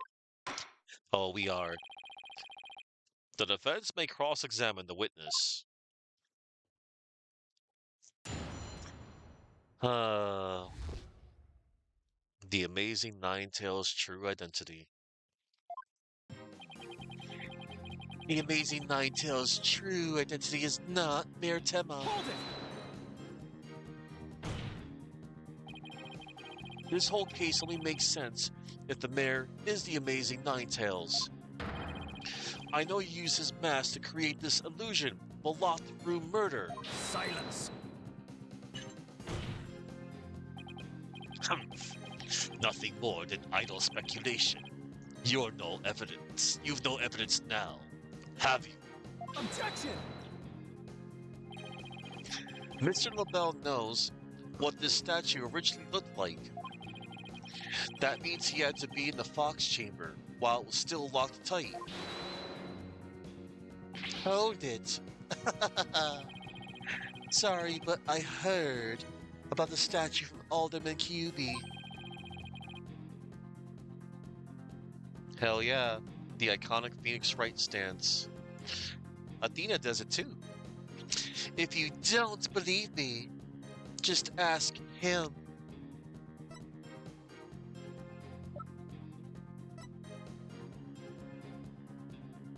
Mr. Wright.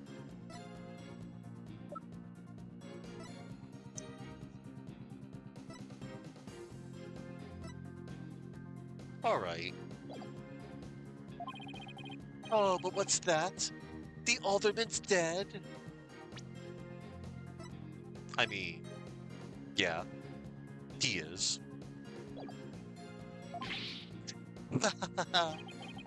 Looks like the joke's on you, my sweaty little friend. Apollo, you mind if I wring his neck? Trucy, right? So, Trucy is the adopted daughter of Phoenix Wright. She used to belong to a troupe of magicians. Her real father was Zach Ramari. And a lot of things happened, and he basically abandoned her after, you know, a lot of things happened in Apollo Justice in the previous game. Zach Ramari basically ruined Phoenix's career. And then several things happened, and Zach died.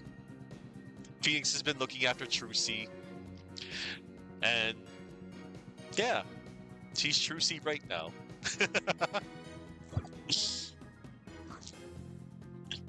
Apollo, you mind if I wring his neck? Wait in line, because I'm going first. Timber. Anyway. Yeah, you can check out...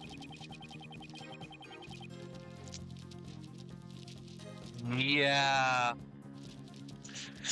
Zach Ramari. Because Phoenix, he got caught basically in a case where, yeah, a lot of things happened in that case. Like, he was defending Zach Ramari, and then Phoenix basically got fooled into submitting a piece of forged evidence from some other punk.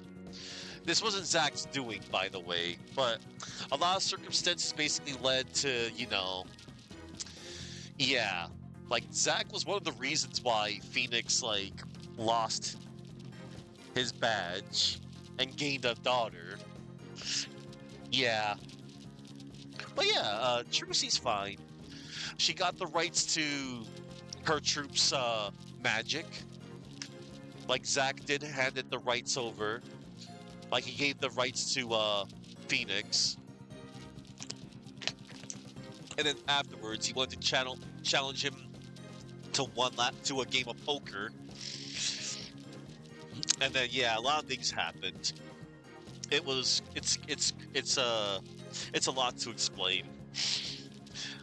You can check my YouTube channel if you want, or you just look it up.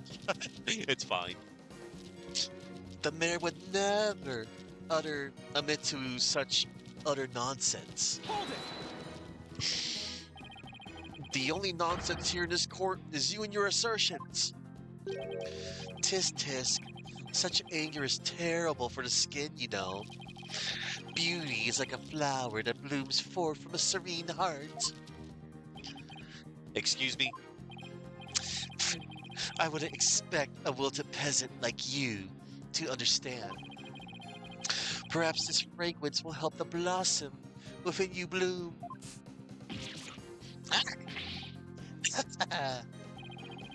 You liked that, didn't you? No.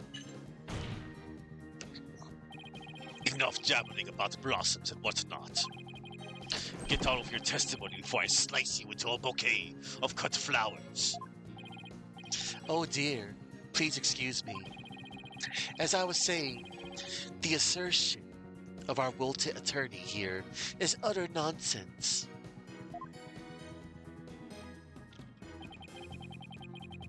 But if he did admit to such nonsense, Hold it! you'd be arrested, wouldn't you? Yes, it's true. I would be sacrificed upon the altar of justice despite my innocence. But what a terrible loss that will be for the future of humankind's cosmetic needs. It is a tragedy that must be averted. Defend me if you understand this. Silence! Yes, please. The only terrible loss is the time wasted by your ceaseless yammering. If you would avert the tragedy awaiting you in that vexing visage of yours, then... Yes, I know. Get on with my testimony. Anyhow, suffice to say, should the mayor admit to the defense's nonsense, I will make good on my threat, and I will expose the truth behind the Temataro right here and now. Hold it! And just how did you learn of this so-called truth behind Temataro? Alderman Kyubi told me all about it. The secrets of the Forbidden Chamber and the truth behind Temataro. Why would he share secrets like that with you, Mr. LaBelle?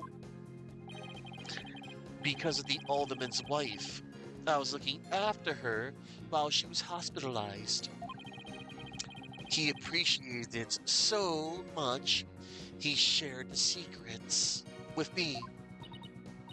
Wait, did he threaten the Alderman in addition to the mayor? Don't tell me that's how he learned how to open the Forbidden Chamber. Needless to say, I'm not above revealing the truth behind Temataro.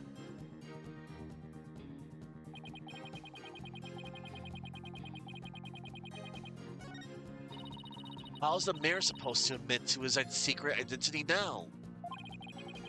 Well, we have to find a way to make him say it, or our entire case unravels. There must be a hole in the Bell's testimony somewhere. And it's over here, the fifth one.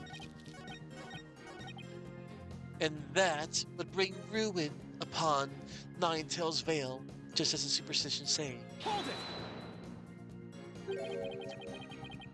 Do not gaze upon Temataro. Do not tell others if you see him.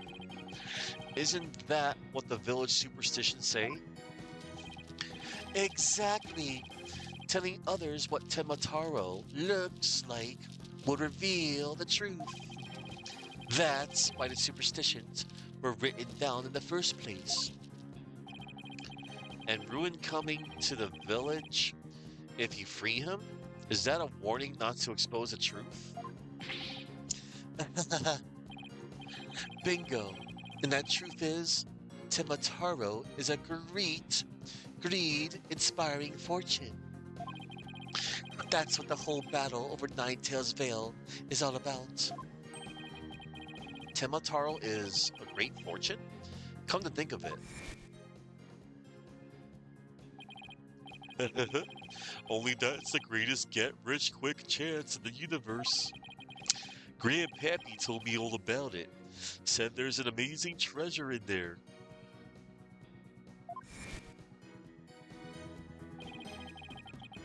Could Temataro actually be Forbidden Chamber treasure? Telling the villagers that Temataro is a terrifying yokai is what has scared them away from the Forbidden Chamber and the treasure within. That's how the treasure has been kept a secret all this time.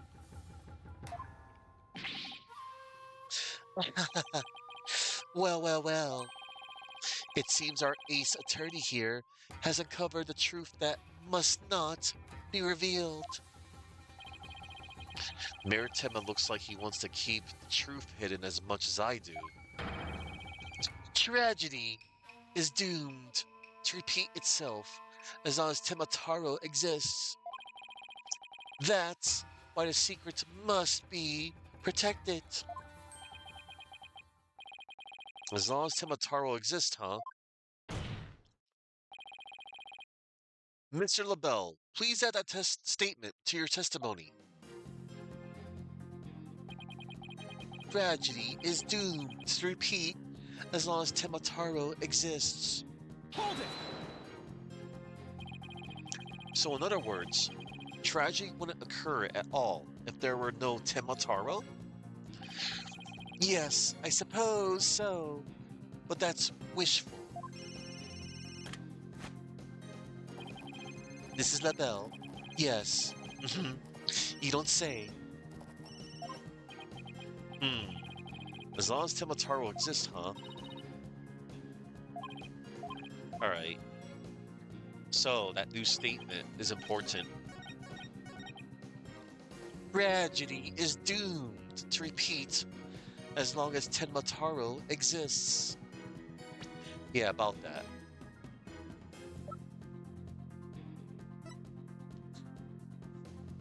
Azuki Kozo figure. A figure discovered inside the Temataro statue. Apparently, it's something a certain thief leaves at the scene of a theft. Objection! Mr. LaBelle, what if Temataro no longer existed? Revealing the truth would no longer be an issue, would it? If Temataro no longer existed? What on earth are you talking about? Oh, apparently you haven't heard. Temataro no longer exists. Well, I guess you didn't get to do a thorough search after the key was taken from you. Because when we searched the Forbidden Chamber, there wasn't any treasure there. Really? Well, maybe you weren't looking in the right place. Sorry, but I have proof that Temataro no longer exists. Take a look at this figure. What do we have here? It looks like some sort of creature. We found this in the Forbidden Chamber. It's an Azuki Kozo figure. The great thief Azuki Kozo used to leave them at the scene of his crimes. Are you suggesting that Temataro has been stolen? Yep. Phineas Filch's grandfather, a master thief, was the culprit. And by that hideous moronic caretaker's grandfather, no less. You, I, no. My beautiful golden Tenmataro was Apollo. Temataro is not in the Forbidden Chamber. That's because the real Temataro was me the whole time. Hello there. I hate peeps. Wow. Um,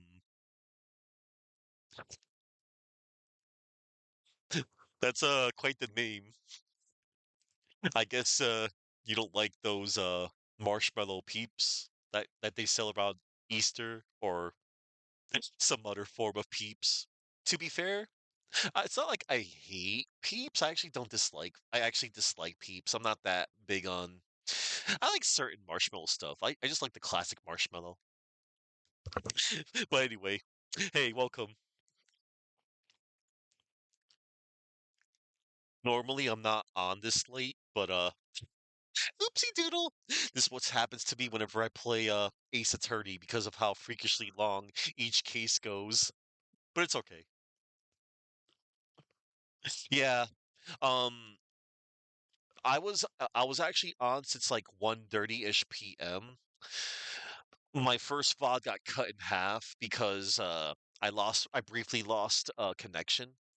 So this entire VOD is gonna get split in half. I'm uploading it to my YouTube channel because I'm not gonna keep it on Twitch. Anyway, my beautiful golden Tenmataro was. The green inspired by Tenmataro can no longer bring ruin upon Ninetales Vale. Isn't that right, Mayor Tenma? Fun fact, in Japanese, Apollo makes various onomatopoeia sounds when surprised.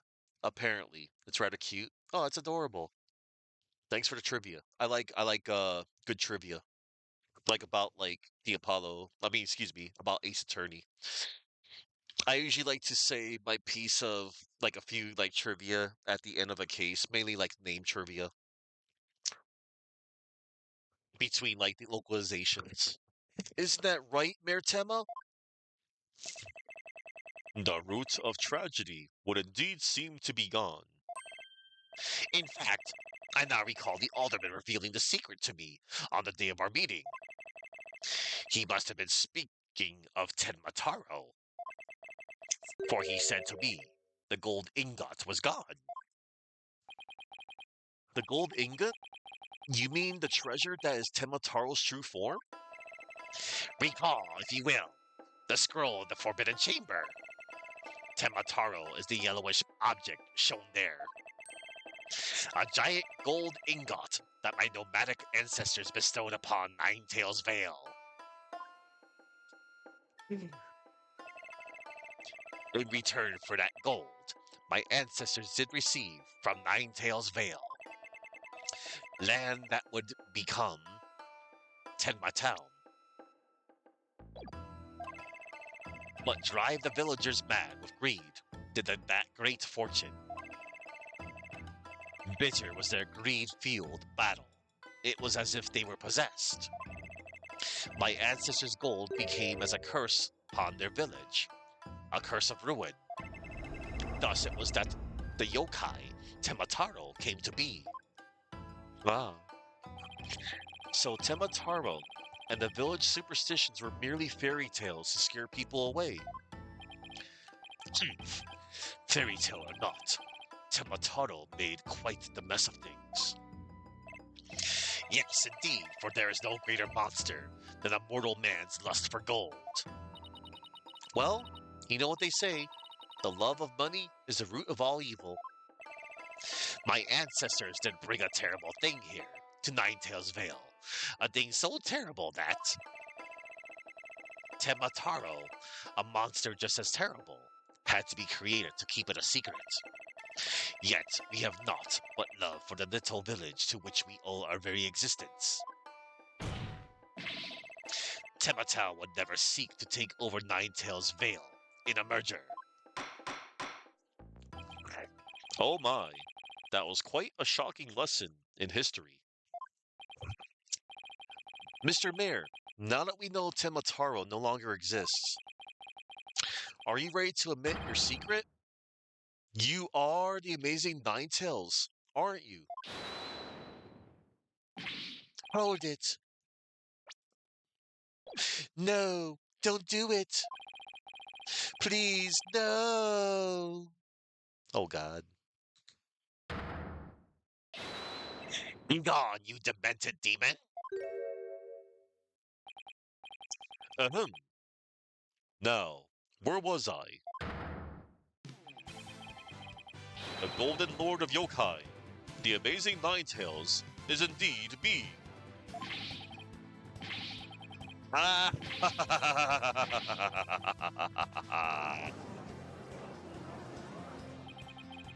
And that means Jinxie. yes. The man wearing the mayor's clothes, who you saw collapse in the Fox chamber. Was he wearing the amazing Ninetales mask? Uh-huh. That's what made me think it was Papa. He said he was going to reveal his secret identity to Alderman Kyubi that day, so... So it really wasn't Papa I saw there, was it? It was Florent's idea from the start. He advised me to reveal my secret identity to the Alderman. Yeesh. Rube Goldberg machines have less elaborate setups than LaBelle's scheme.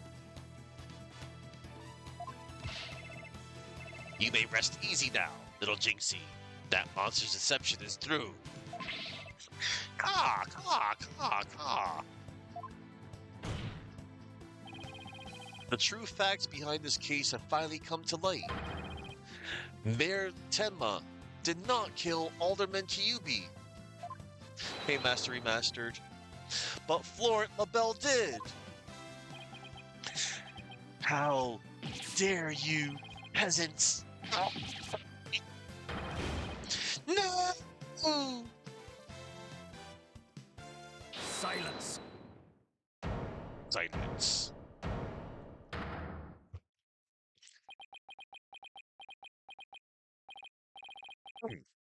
Justice Dono. You should at least have a real blade in your hands if you desire to cross swords with me. Or have you mistaken this battlefield for a training ground? What's this guy want now?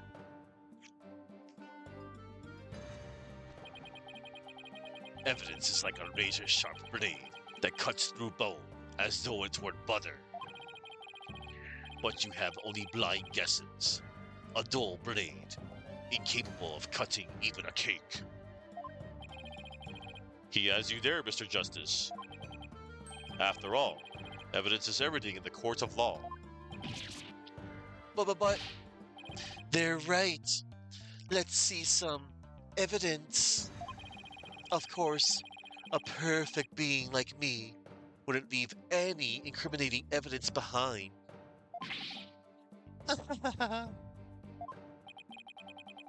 This is the final battle. Just as a samurai must live and die by the sword, you will live or die by the evidence you hold. My swift blade of judgment awaits. Now, present your conclusive evidence. Or don't you have any? Oh, crud. Do I have anything conclusive? Of course I do. Evidence? Oh, I have evidence. You do? Of course. It's just the conclusive evidence we need, too. I'm gonna finally prove Mayor Tenma innocent. Here comes justice. Oh yeah, this part is cool.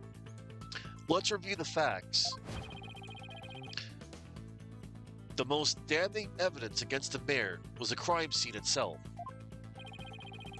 The mayor and the victim were the only two people found in the room. Also, we all thought the alderman was killed because he was the amazing Ninetales. But as we now know, of course, we were way off. The amazing Ninetales is really Mayor Damien Tenma. That's why, when his daughter Jinxie saw the amazing Ninetales collapse the scene, she mistook him for her father. Those are the facts that we have revealed. However, Mr. LaBelle asserts that he did not leave any evidence at the scene of the crime. But he didn't say anything about evidence outside the crime scene. Maybe he's as clever as he thinks he is. Does any of the evidence outside the crime scene provide any clues? Why, yes. The amazing Ninetales mask. A clue inside a mask? Oh, I know. The amazing Ninetales mask, it was found washed up along the river. What sort of clue does that mask hold? Why, it holds White's hair. White hair in the mask. And what about the hair left in the mask? Who does it belong to? Why, it belongs to none other than Fleur LaBelle.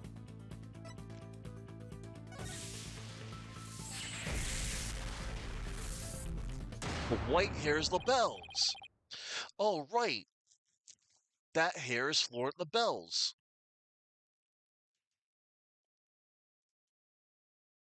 One moment, everybody. Just, you know, checking something. Notification. All right, continuing.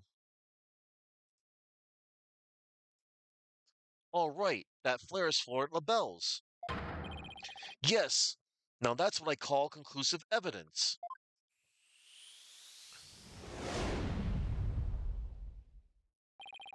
Well, Mr. Justice, do you have any conclusive evidence to present to this court? Of course I do. Observe this mask, if you will. That mask? How is that conclusive evidence? It's not the mask itself, but the white hair inside it. We originally thought it belonged to Alderman Rex Kyubi. Yeah. Yes, but the amazing Ninetales, as we now know, is Mayor Tenma. So, that is correct. So the question is, whose hair could this be?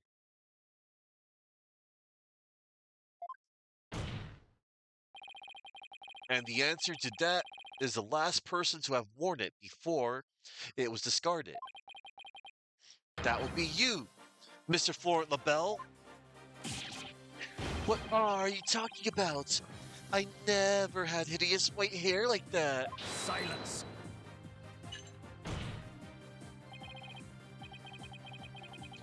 It would appear your coup de grace failed to hit its mark.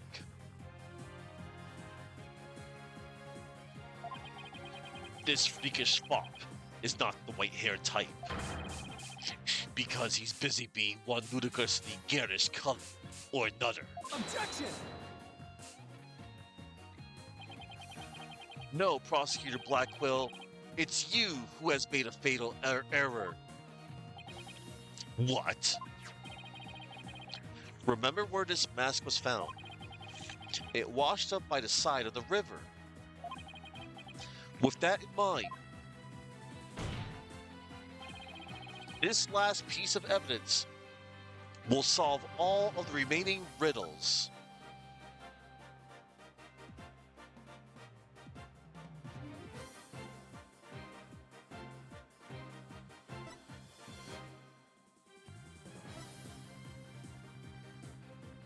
Color B Labelle. Hair color that washes out with water. It's Florent Labelle's own brand and isn't available to the general public. Nope, nobody did. Take that! That's... What is that? This is Mr. Labelle's own private brand of hair color. It washes out with just water. The court will also recall that the amazing Ninetales mask washed up along the side of the village river with white hair inside it. Hi, Kronos. What's this? Are you saying that Bleeding Peacock's hair color is? That's exactly what I'm saying. Mr. Labelle's hair color is a freaky work of fiction. But thanks to the river flowing through Ninetales Vale, we now have a real-life expose. The white hair in this mask is conclusive evidence proving you're the real killer. A DNA test is all we need to prove it, and we both know we'll get a match. Admit it. Florent Labelle, you were the one who killed Alderman Rex QB.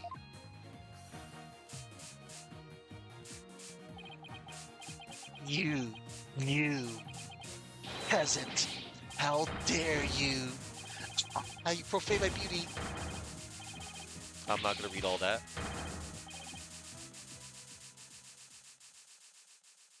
I am not doing that old bag gimmick.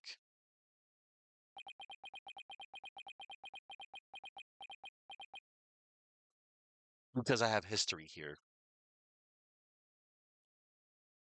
You peasant, how dare you? You profane my beauty like a bug on a rose. I'm going to exterminate you like I did the aldermen. No, my makeup.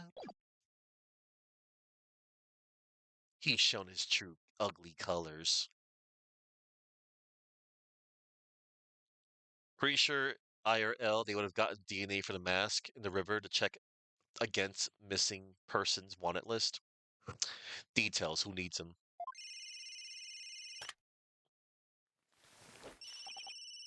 Hello, this is Labelle. What? The project is off? This is Labelle. The sponsors have pulled out? Labelle speaking. I'm fired? You mean I'm no longer Mayor Temma's aide? Nope. Hello, this is Labelle. What? There's a stratospheric damages claim against me? $100 million?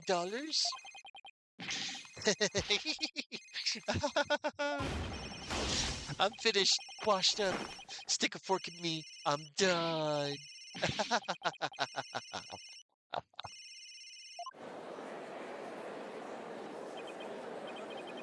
This is preposterous. I, Simon Black Quill, Defeat it. Yes. Order, order, order in the court. Meaning they just need a blood draw and quick lab analysis from LaBelle if he's not already in some registry. Imagine having your own brand of cosmetics, but still rocking a flip phone. Yeah. Well, this is quite the unexpected outcome. I must hand it to you, Mr. Justice. You really turned this case on its head. Just like that other lawyer, Phoenix Wright. Wait, that was a compliment, right? Prosecutor Blackwell, what have you done with Florent LaBelle? The defaced man has withered like a flower without water. One of the officers is currently tending to him with a sprinkler. PWAA's defense agency once again gets a dude completely off the hook despite BS. Well, this is unexpected. One of the officers is currently tending to him with a sprinkler. Wouldn't that just wash even more of his makeup off? Judge has dementia. Allow me to explain the actions of the guilty party in detail. The motive, of course, was to steal the gold ingot known as Tenma Taro. However, few are allowed into the manor due to its cultural ties to Nine-Tails Vale. LaBelle set in motion plans to gain access to the manor and the gold within via the merger. But the efforts of the amazing Nine-Tails saw those plans come to a halt. And thus, LaBelle murdered the alderman and attempted to pin the blame on Mayor Tenma.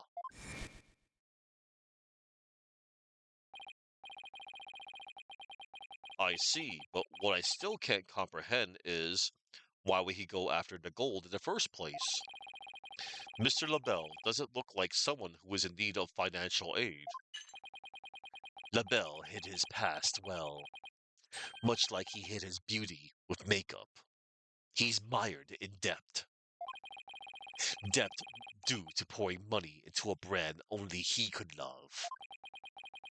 Which is why he sought the gold with such voracity. Voracity. Too bad for him. Someone else had gotten to it first anyway. Yeah, it was this freaking dude's grandfather. Get out of my sight. Can't stand that guy either. I see. Very well then. I believe it's time I declared a verdict. This court finds the defendant, Damien Tenma, not guilty. Yay!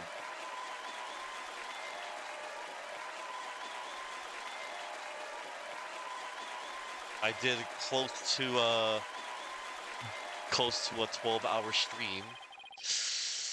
My VOD got split in half, but whatever. Court is adjourned.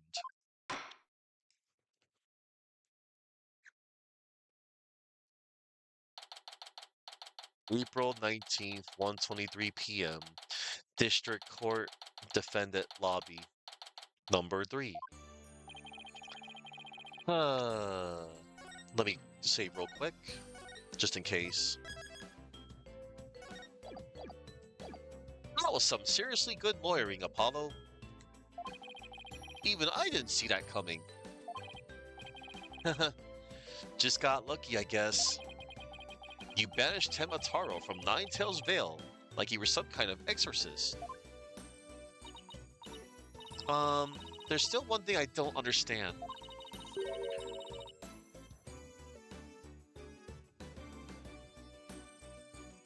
Yeah. That copian emote. How come Mr. LaBelle didn't kill Mayor Tenma too? He could have set it up so the mayor murdered the alderman, then died from a counterattack. That would have removed at least one possible fly from the ointment. I was wondering about that too. But I have a hunch LaBelle was biding his time. He was planning on exposing the amazing Ninetales' true identity himself. Huh? But why? Because the mayor was the amazing Ninetales. Had LaBelle succeeded in framing Mayor Tenma for the alderman's murder, the wrestler's popularity would have plummeted once his identity was revealed. Oh, I get it. If the amazing Ninetales was just killed, he'd die a hero, but if he was proved a villain, his fans would abandon him, making the merger that much easier. Right. Then when the merger was complete and everything cooled down, he'd be able to search the Forbidden Chamber for his leisure. What an insanely intricate plot. Most excellent job clearing my name. A feat worthy of the Demon Lord's approval. Why are you acting like Tenma Taro again? Let this be of no concern to you. How could it not concern me? Tenma Taro, be gone! Ah! Jinxie, seems like ages since I've laid eyes on you. Papa, you're finally back. Yes, it would seem Tenma Taro is no match for you. Ha ha ha. I'm not scared of that silly yokai anymore. Your father's a free man now, Jinxie. Isn't that great? Thank you for all you've done. Seeing you guys in action, it made me feel like I don't have to be afraid anymore. Wait, is Jinxie actually smiling? Aw, that's a nice smile.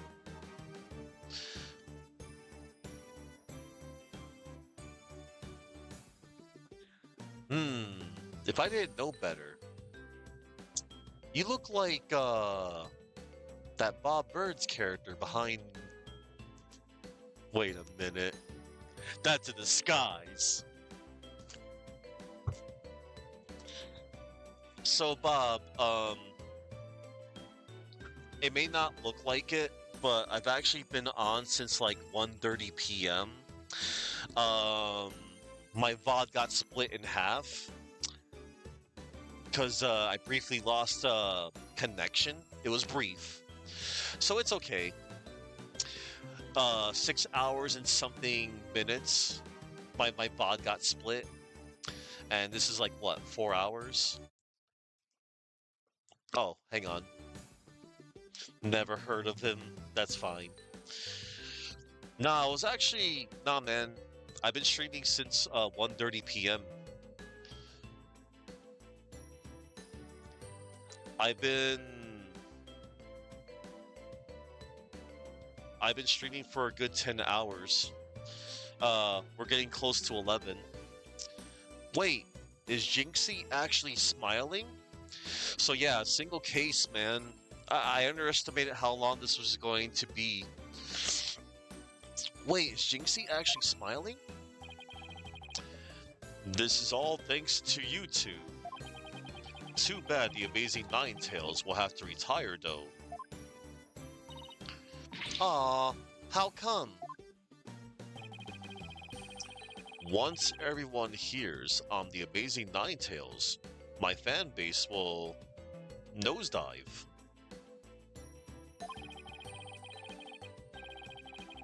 After all, I'm not the most popular of people. Another reason for my secret identity. I don't see how I could possibly continue. I think you've misjudged yourself. Nah, Bob, I'm not gonna do that. I'm cutting it after this episode's done. Because, you know, smart thing for me to do for my health. I think I misjudged you. I think you've misjudged yourself. So there's 5 episodes in this one, including a DLC case. So altogether it's 6. take a look outside. Say, now that you mention it, what's all that noise out there? A big crowd gathered outside the courthouse once the news broke. Seems like they want to get a glimpse of Mayor Damien Temma, the man behind the mask, and to root for your return to the wrestling ring. Rooting, for me, but I thought I was nothing more than a malefactor in their eyes. The only one who really matters is Jinxie. Show her how cool you really are. Yeah, you're the coolest when you're out there fighting in the ring, Papa. Jinxie. Here, I think you'll be needing this. Dude, take your mask. Take that! Thank you. Now, if you would excuse me. I don't want to keep my fans waiting. Anime!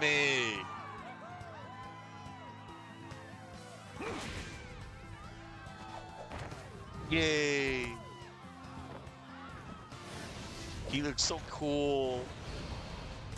Ninetales forever!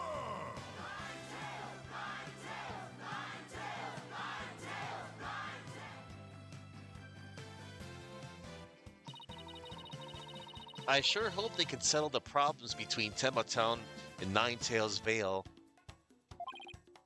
Me too. I'm sure they'll be fine. After all, the blackmailer slash killer is behind bars, and the merger's no longer an issue. Plus, the amazing Ninetales is obviously still a hit, and I suspect Ninetales Vale will be too. And it's all because we believed in our client, just like you said. Okay, people. Now that we've got that one in the bag, let's go get something to eat. I'm starving. Sounds good. I've been so nervous I haven't eaten since yesterday. Better keep eating, Apollo, or you might have to start looking up at me. Huh? I'm definitely past my growth phase, and you should be about past yours too. Are you kidding me? I'm just getting started. Ready or not, it's face stuffing time. Keep eating like that, the only direction you'll grow is sideways. Very funny. But I've got a hollow leg. I can eat as much as I want without gaining an ounce. Really? Wow, I can't wait to see this. Calories? Ha! Just let him try to stick on me. Alright already, you two. Let's get going before the old man closes shop. Eldune's Noodles is an all-night stand, you know. Eldune! From Case 2 and Apollo Justice.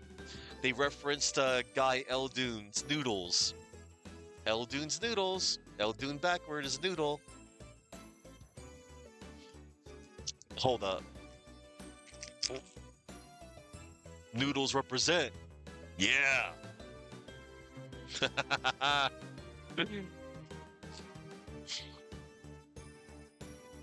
Eldune's Noodles is an all-night stand, you know. I'm with Mr. Wright. Let's go. I've been waiting to have a bowl from there ever since Mr. Wright told me about them. Well, what are we waiting for? The noodles are on me today, so I expect some serious eating from you two. Yay, thanks, boss. I won't let you down. Athena has no idea what she's getting into. Mr. Eldune's noodles are so hot and salty. 2 bowls would kill a man. Damn. That was our first case together, and it felt like nothing could bring us down after that. The dark age of the law seemed so distant, so irrelevant to our small, cozy office. But little did I know that it had been lurking all along, right there behind us. The first time it made itself known was during the murder at Demas Legal Academy. That case would mark the twilight before the dark, cold night that was to come. She's not kidding.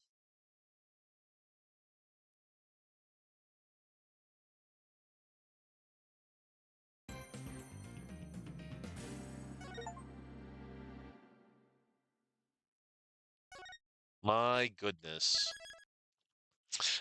Oh my god, everybody. Okay.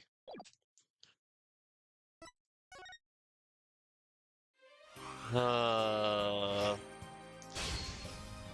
man, oh man. So, that was a case. Man, I did not realize the case was going to be that long. I kid you not. Like I said, this is like my second time like going through this particular game. So yeah, tomorrow, everybody, we're gonna do case episode 3. Yeah, episode 3 is gonna be fun. Oh, hold on. I'm gonna set my costumes for tomorrow. I said I was gonna set them. I'm gonna put old school suit on, styling street clothes on, and the Demas Academy uniform on. Yay! We'll confirm the changes right now.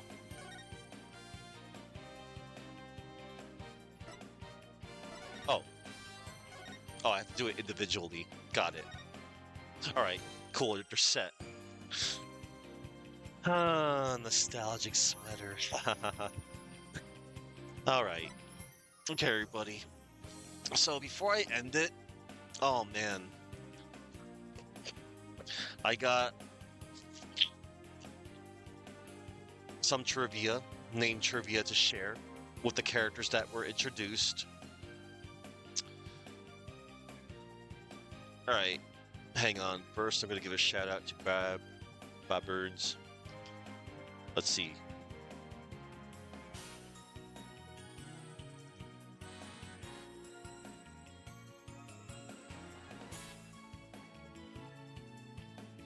Okay, let's see. Let me scroll up here. I want to make sure I didn't miss nobody.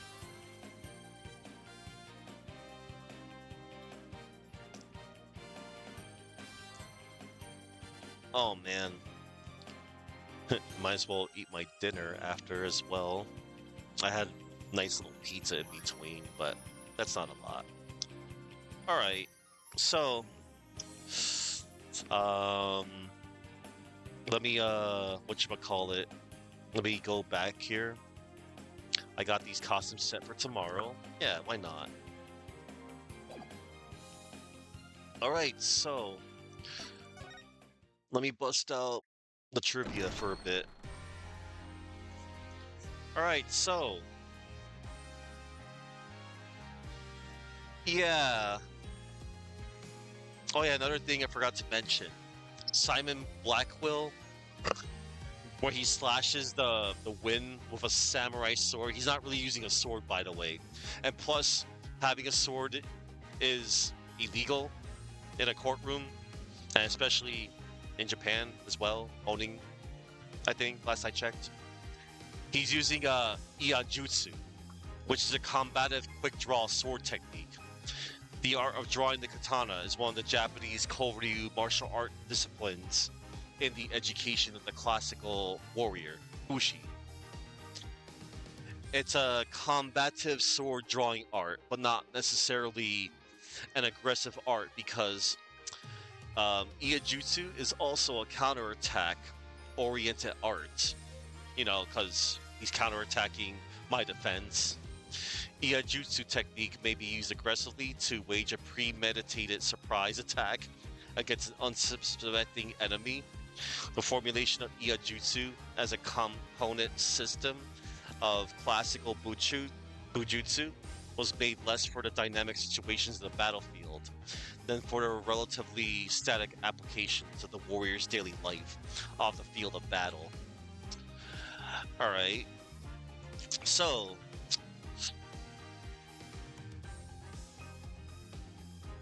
Let's start with Damien Tenma. So his English and French given names, Damien, reflect his Japanese one. He's called Demon Tenma. His family name, Tenma, consists of the kanji of sky, heaven, celestial, god, godly, deva, or day. The word Tenma can refer to 12 guardian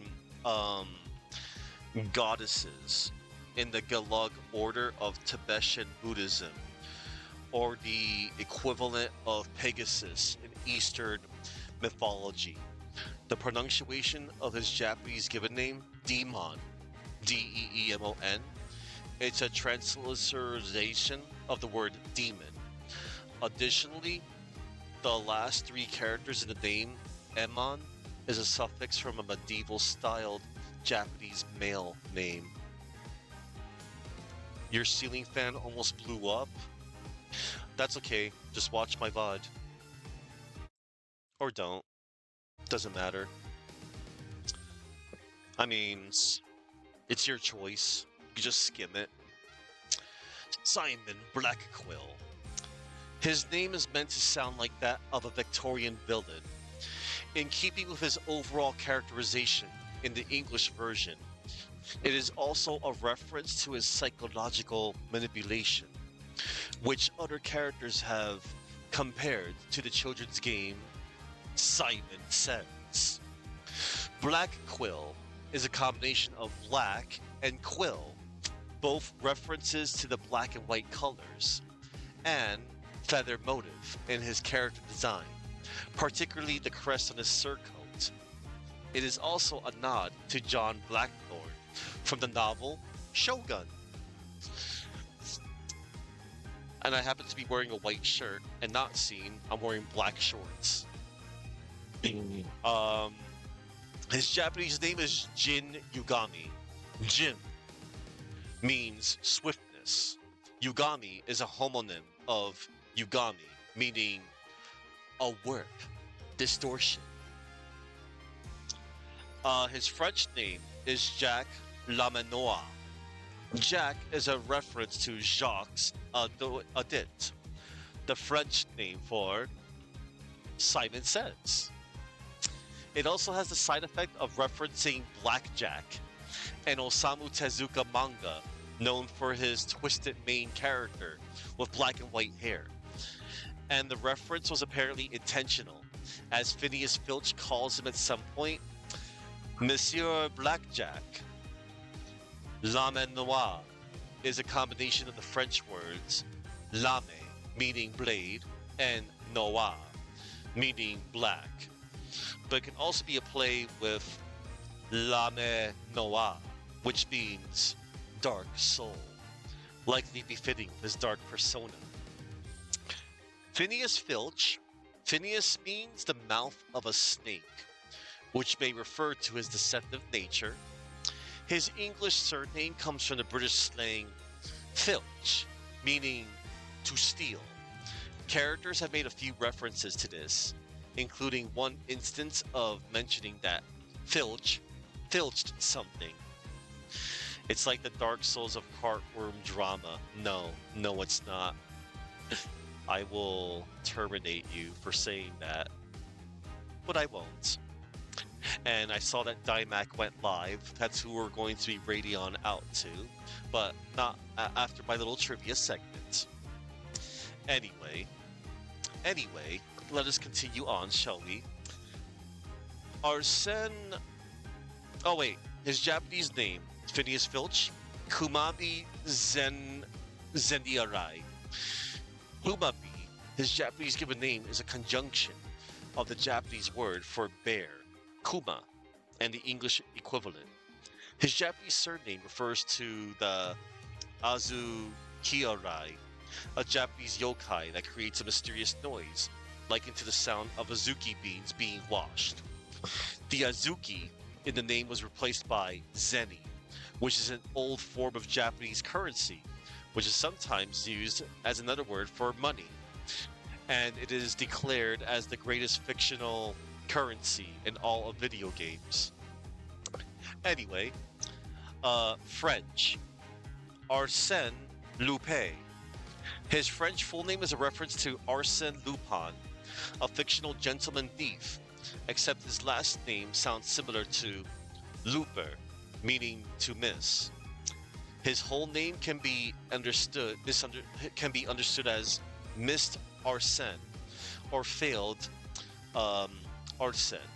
The only other direct references to Lupin in the series are the names Sherlock Holmes and John Wilson, references to the story Arsène Lupin versus Sherlock Holmes. Jinxie Tenma.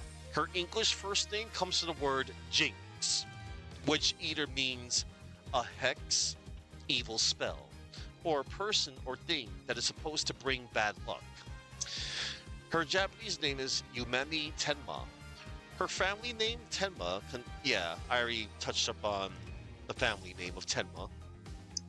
Yume, which is part of her Japanese given name, means dream, drawing reference to her sleepwalking and tendency to lapse into the persona of a yokai whilst unconscious. Rex Kyubi. Rex comes from the Latin for king, which somewhat fits Kyubi's profession, since he was the alderman of Nine Tails Vale. Ginji Kyubi. Both his Japanese and English surnames, Kyubi and Kyubi respectively, are derived from Kyubi no Kitsune, the nine-tailed fox in Japanese mythology. His Japanese given name, Ginji, means the next silver. A rough translation of his full name would therefore be the next silver nine-tailed fox. Floret Labelle. Floret is a name of the old French origin. It means in flower, which fits with his floral perfume and the rose on his label. His English surname, Labelle, comes from La Belle, which is French for the beautiful. It should be noted that this is grammatically incorrect, as L apostrophe hyphen is only used for nouns beginning with a vowel in French, although it is possible to do so verbally in an informal setting. Normally, the masculine beau would be only used for nouns beginning with a vowel in French. The masculine beau will be used to describe a man, being equivalent to handsome in English, with the choice of the feminine belle, likely meant to be a reference to La Belle's effeminate demeanor. The surname also sounds phonetically similar to label, reflecting the spot on the flowery perfume bottle he toys with. Let's see. He's also a wrestler, so he Rex. Yeah, sure. About Rex, I mean. Let's see. In Japanese, he's called Shuichi Byoin. Byoin, his Japanese surname comes from Myoin, which means beauty parlor. His Japanese given name consists of the kanji for refined, elegant, graceful, and one. In French, he's called Louis le Bel. Louis is traditionally the most common French king name. It's a name that might be considered pompous and posh, common in upper-class nobility and aristocracy. Louis. But I guess it would be Louis, like Rui, like, that deer from Beastars, I guess. Because they translate his name from Rui to Louis. Louis. But I also see that name as like Louis, but Louis can also be seen as like Luis. But yeah, I think it's Louis. But over here, like in America, at least I always saw the name Louis as Louie.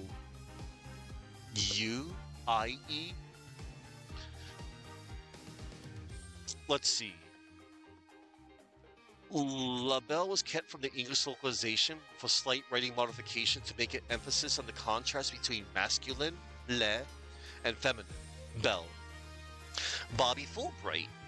So his English given name, Bobby, is a British slang term for a police officer. Bobby. Fulbright may have been chosen as his English surname simply so that Black Quill could refer to him as Foolbright, although it could also be taken as a reference to his bright and cheerful personality. Foolbright. How I love you. Anyway, how I love thee. His French name is Justin Brilliant. His full French name is a play on just on brilliant, which means just a brilliant guy. Justin has also the same Latin root as justice and means fair or who respects the law. So the nine-tailed fox is based upon the kitsune of Japanese mythology. According to the legends about these creatures, the more tails a kitsune has, the older, wiser, and more powerful it is. The most they can have are nine. Nine tails. The hand gesture used by the amazing Ninetales is the too sweet hand gesture and extensively in American professional wrestling, and is also fox in Japanese Sign Language. Oh, that's adorable. I like that. But yeah, this is also known as hook'em horns too, like Texas, like Texans. It's pretty cool. I didn't know that. That's adorable. Look, everybody, fox in sign language. Yay. That's adorable. Alright. There are legends of Kyubi with greater than 9 tails. They are generally apocalyptic in their power. The Beast of the 10 Tails is based on the same myth. That's cool. Alright. So everybody, I am surprised that I was able to remind myself to, well, eat a little something off screen, and of course hydrate.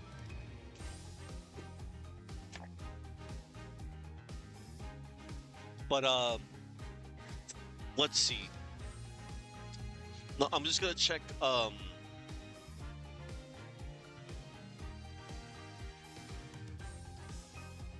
for context. Alright, so tomorrow, or should I say later today, day 1 investigation, day 1 trial, day 2 investigation, trial day 2. I should be fine. I'm probably gonna play throughout the entire day later today. Jeez. Knowing me. So yeah, everybody. I destroyed my voice all for you, for your entertainment. And I narrated the game, you know. And yeah, this was fun. I'm glad I'm revisiting this because yeah, there was a few things I forgot the details on one of the cases. Yeah, okay. Well, I know who I'm gonna raid on out to. It isn't often that I raid on out to them because I'm usually done during the daytime. And by daytime, usually at 6 p.m. ish or 4 p.m. ish. Actually, it all depends on what games I play, honestly. Like for a little bit more context, most of my streams are usually 4 hour ish. But whenever I play an Ace Attorney game, it turns out I happen to do 10+ hour streams because I don't know better. No, but no, I do know a little better sometimes, sort of. But I know how I'm gonna space things out. But anyway, Chronos, I mentioned this before, but I'll mention it again. Um, you can see in um, my VOD got split in half So right now, so my hours was okay. My first VOD was 6 hours, 56 minutes, and 37 milliseconds. And right now, it's um 4 hours and yeah, I know. And plus, you can check my timestamp on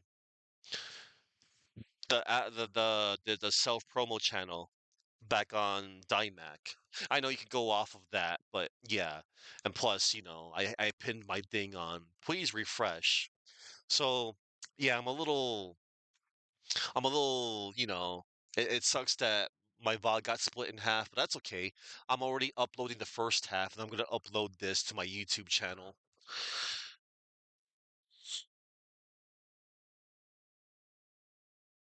Huh? Hold on. No, you're in my viewers list. Yeah, you're there, man. And yeah, sometimes so like don't worry, I'm not gonna call out any lurkers. So despite the fact that it says 7 right now, according on my screen, like if I count myself, there's actually 9 peeps watching. No, I know, I'm just saying. But anywho, that's gonna be all for me tonight. Um, I'm gonna try and I know I said this before. I'm gonna try and start a little bit early. I'm gonna try and start a little early later today. I was gonna say tomorrow, but tomorrow is today. But today's gonna be tomorrow anyway, regardless. Time zones, details, who needs them? Anyway, I have people to thank. I do keep a list. Some people are probably not around, but that's okay. I'm still good. Excuse me, and my apologies. I'm gonna thank people. I got people. Y'all gonna be acknowledged. Um, right on out, we're gonna read on out to Dymac, and Dymac. It's the two-man crew. It's Man Moon and Tamario, and they're continuing Resident Evil 6. They're gonna play the final campaign, which is Ada Wong and Agent. I think that's the name of the character. That character's meme too. It's like, yeah, Agent, my favorite Resident Evil character. Yeah, they did complete the Leon, Chris, and Sherry campaigns. And yeah, Moon's been doing great. Moon's been enjoying his journey through the Resident Evil series. And I cannot wait to see, what he's gonna do. He's been killing it. And he's been enjoying this journey too. And I've been loving watching him go through that series. Easily one of my favorite games to watch. And I know I've probably said this before, but look out for me, everybody. I don't know when I'm gonna do it, but I'm going to be I'll be streaming RE4 OG. Just watching Moon made me want to play it again. Everyone's favorite character. Yes, unnamed agent. That's yeah, like I know he doesn't I know that character doesn't have a name, but I think they're just called agent. Let me see. RE6 agent. Okay, yeah, they're just called agent. Okay, okay. That's hilarious. The optional player co-op partner of Ada Wong. That's too funny. All right. Okay, everybody. Now, before I head on out, I want to thank people and users, whoever you are, how you identify yourselves as. I'd like to thank Chuckman, Running Wild Vigia, Suki, Bastard, yes, Suki Zero, Bastard Kappa, Cynical Flow, Culinary Disaster, Upside Down Matt. Oh, TG Brokey. Thank you for the raid, by the way. I know you're probably not here, but I'm still thanking you. I'm acknowledging you. To Mario, Sherry Blueberry, Maverick, The Grotto, Famous Adventurer, Skajorda Black, I Hate Peeps, Kronos, Master After Remastered and Bob RNS. Thank you all, everybody. Congratulations. You all, made the list. And yeah, thank you. We're gonna read on out. I guess I'll just put this on. Yeah. Thank you all for watching. We're going to peace and see you in court later today. That's right. See you in court later today. My God. Oh man. Yeah, I'll be in court later today, everybody. And knowing me, it's probably going to be another long one.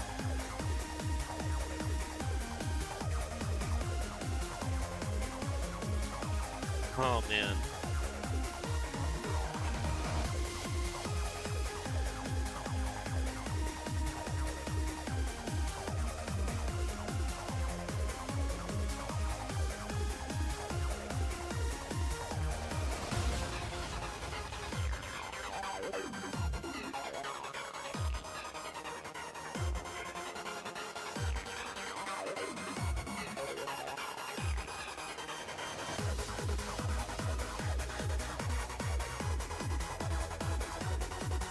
Professor?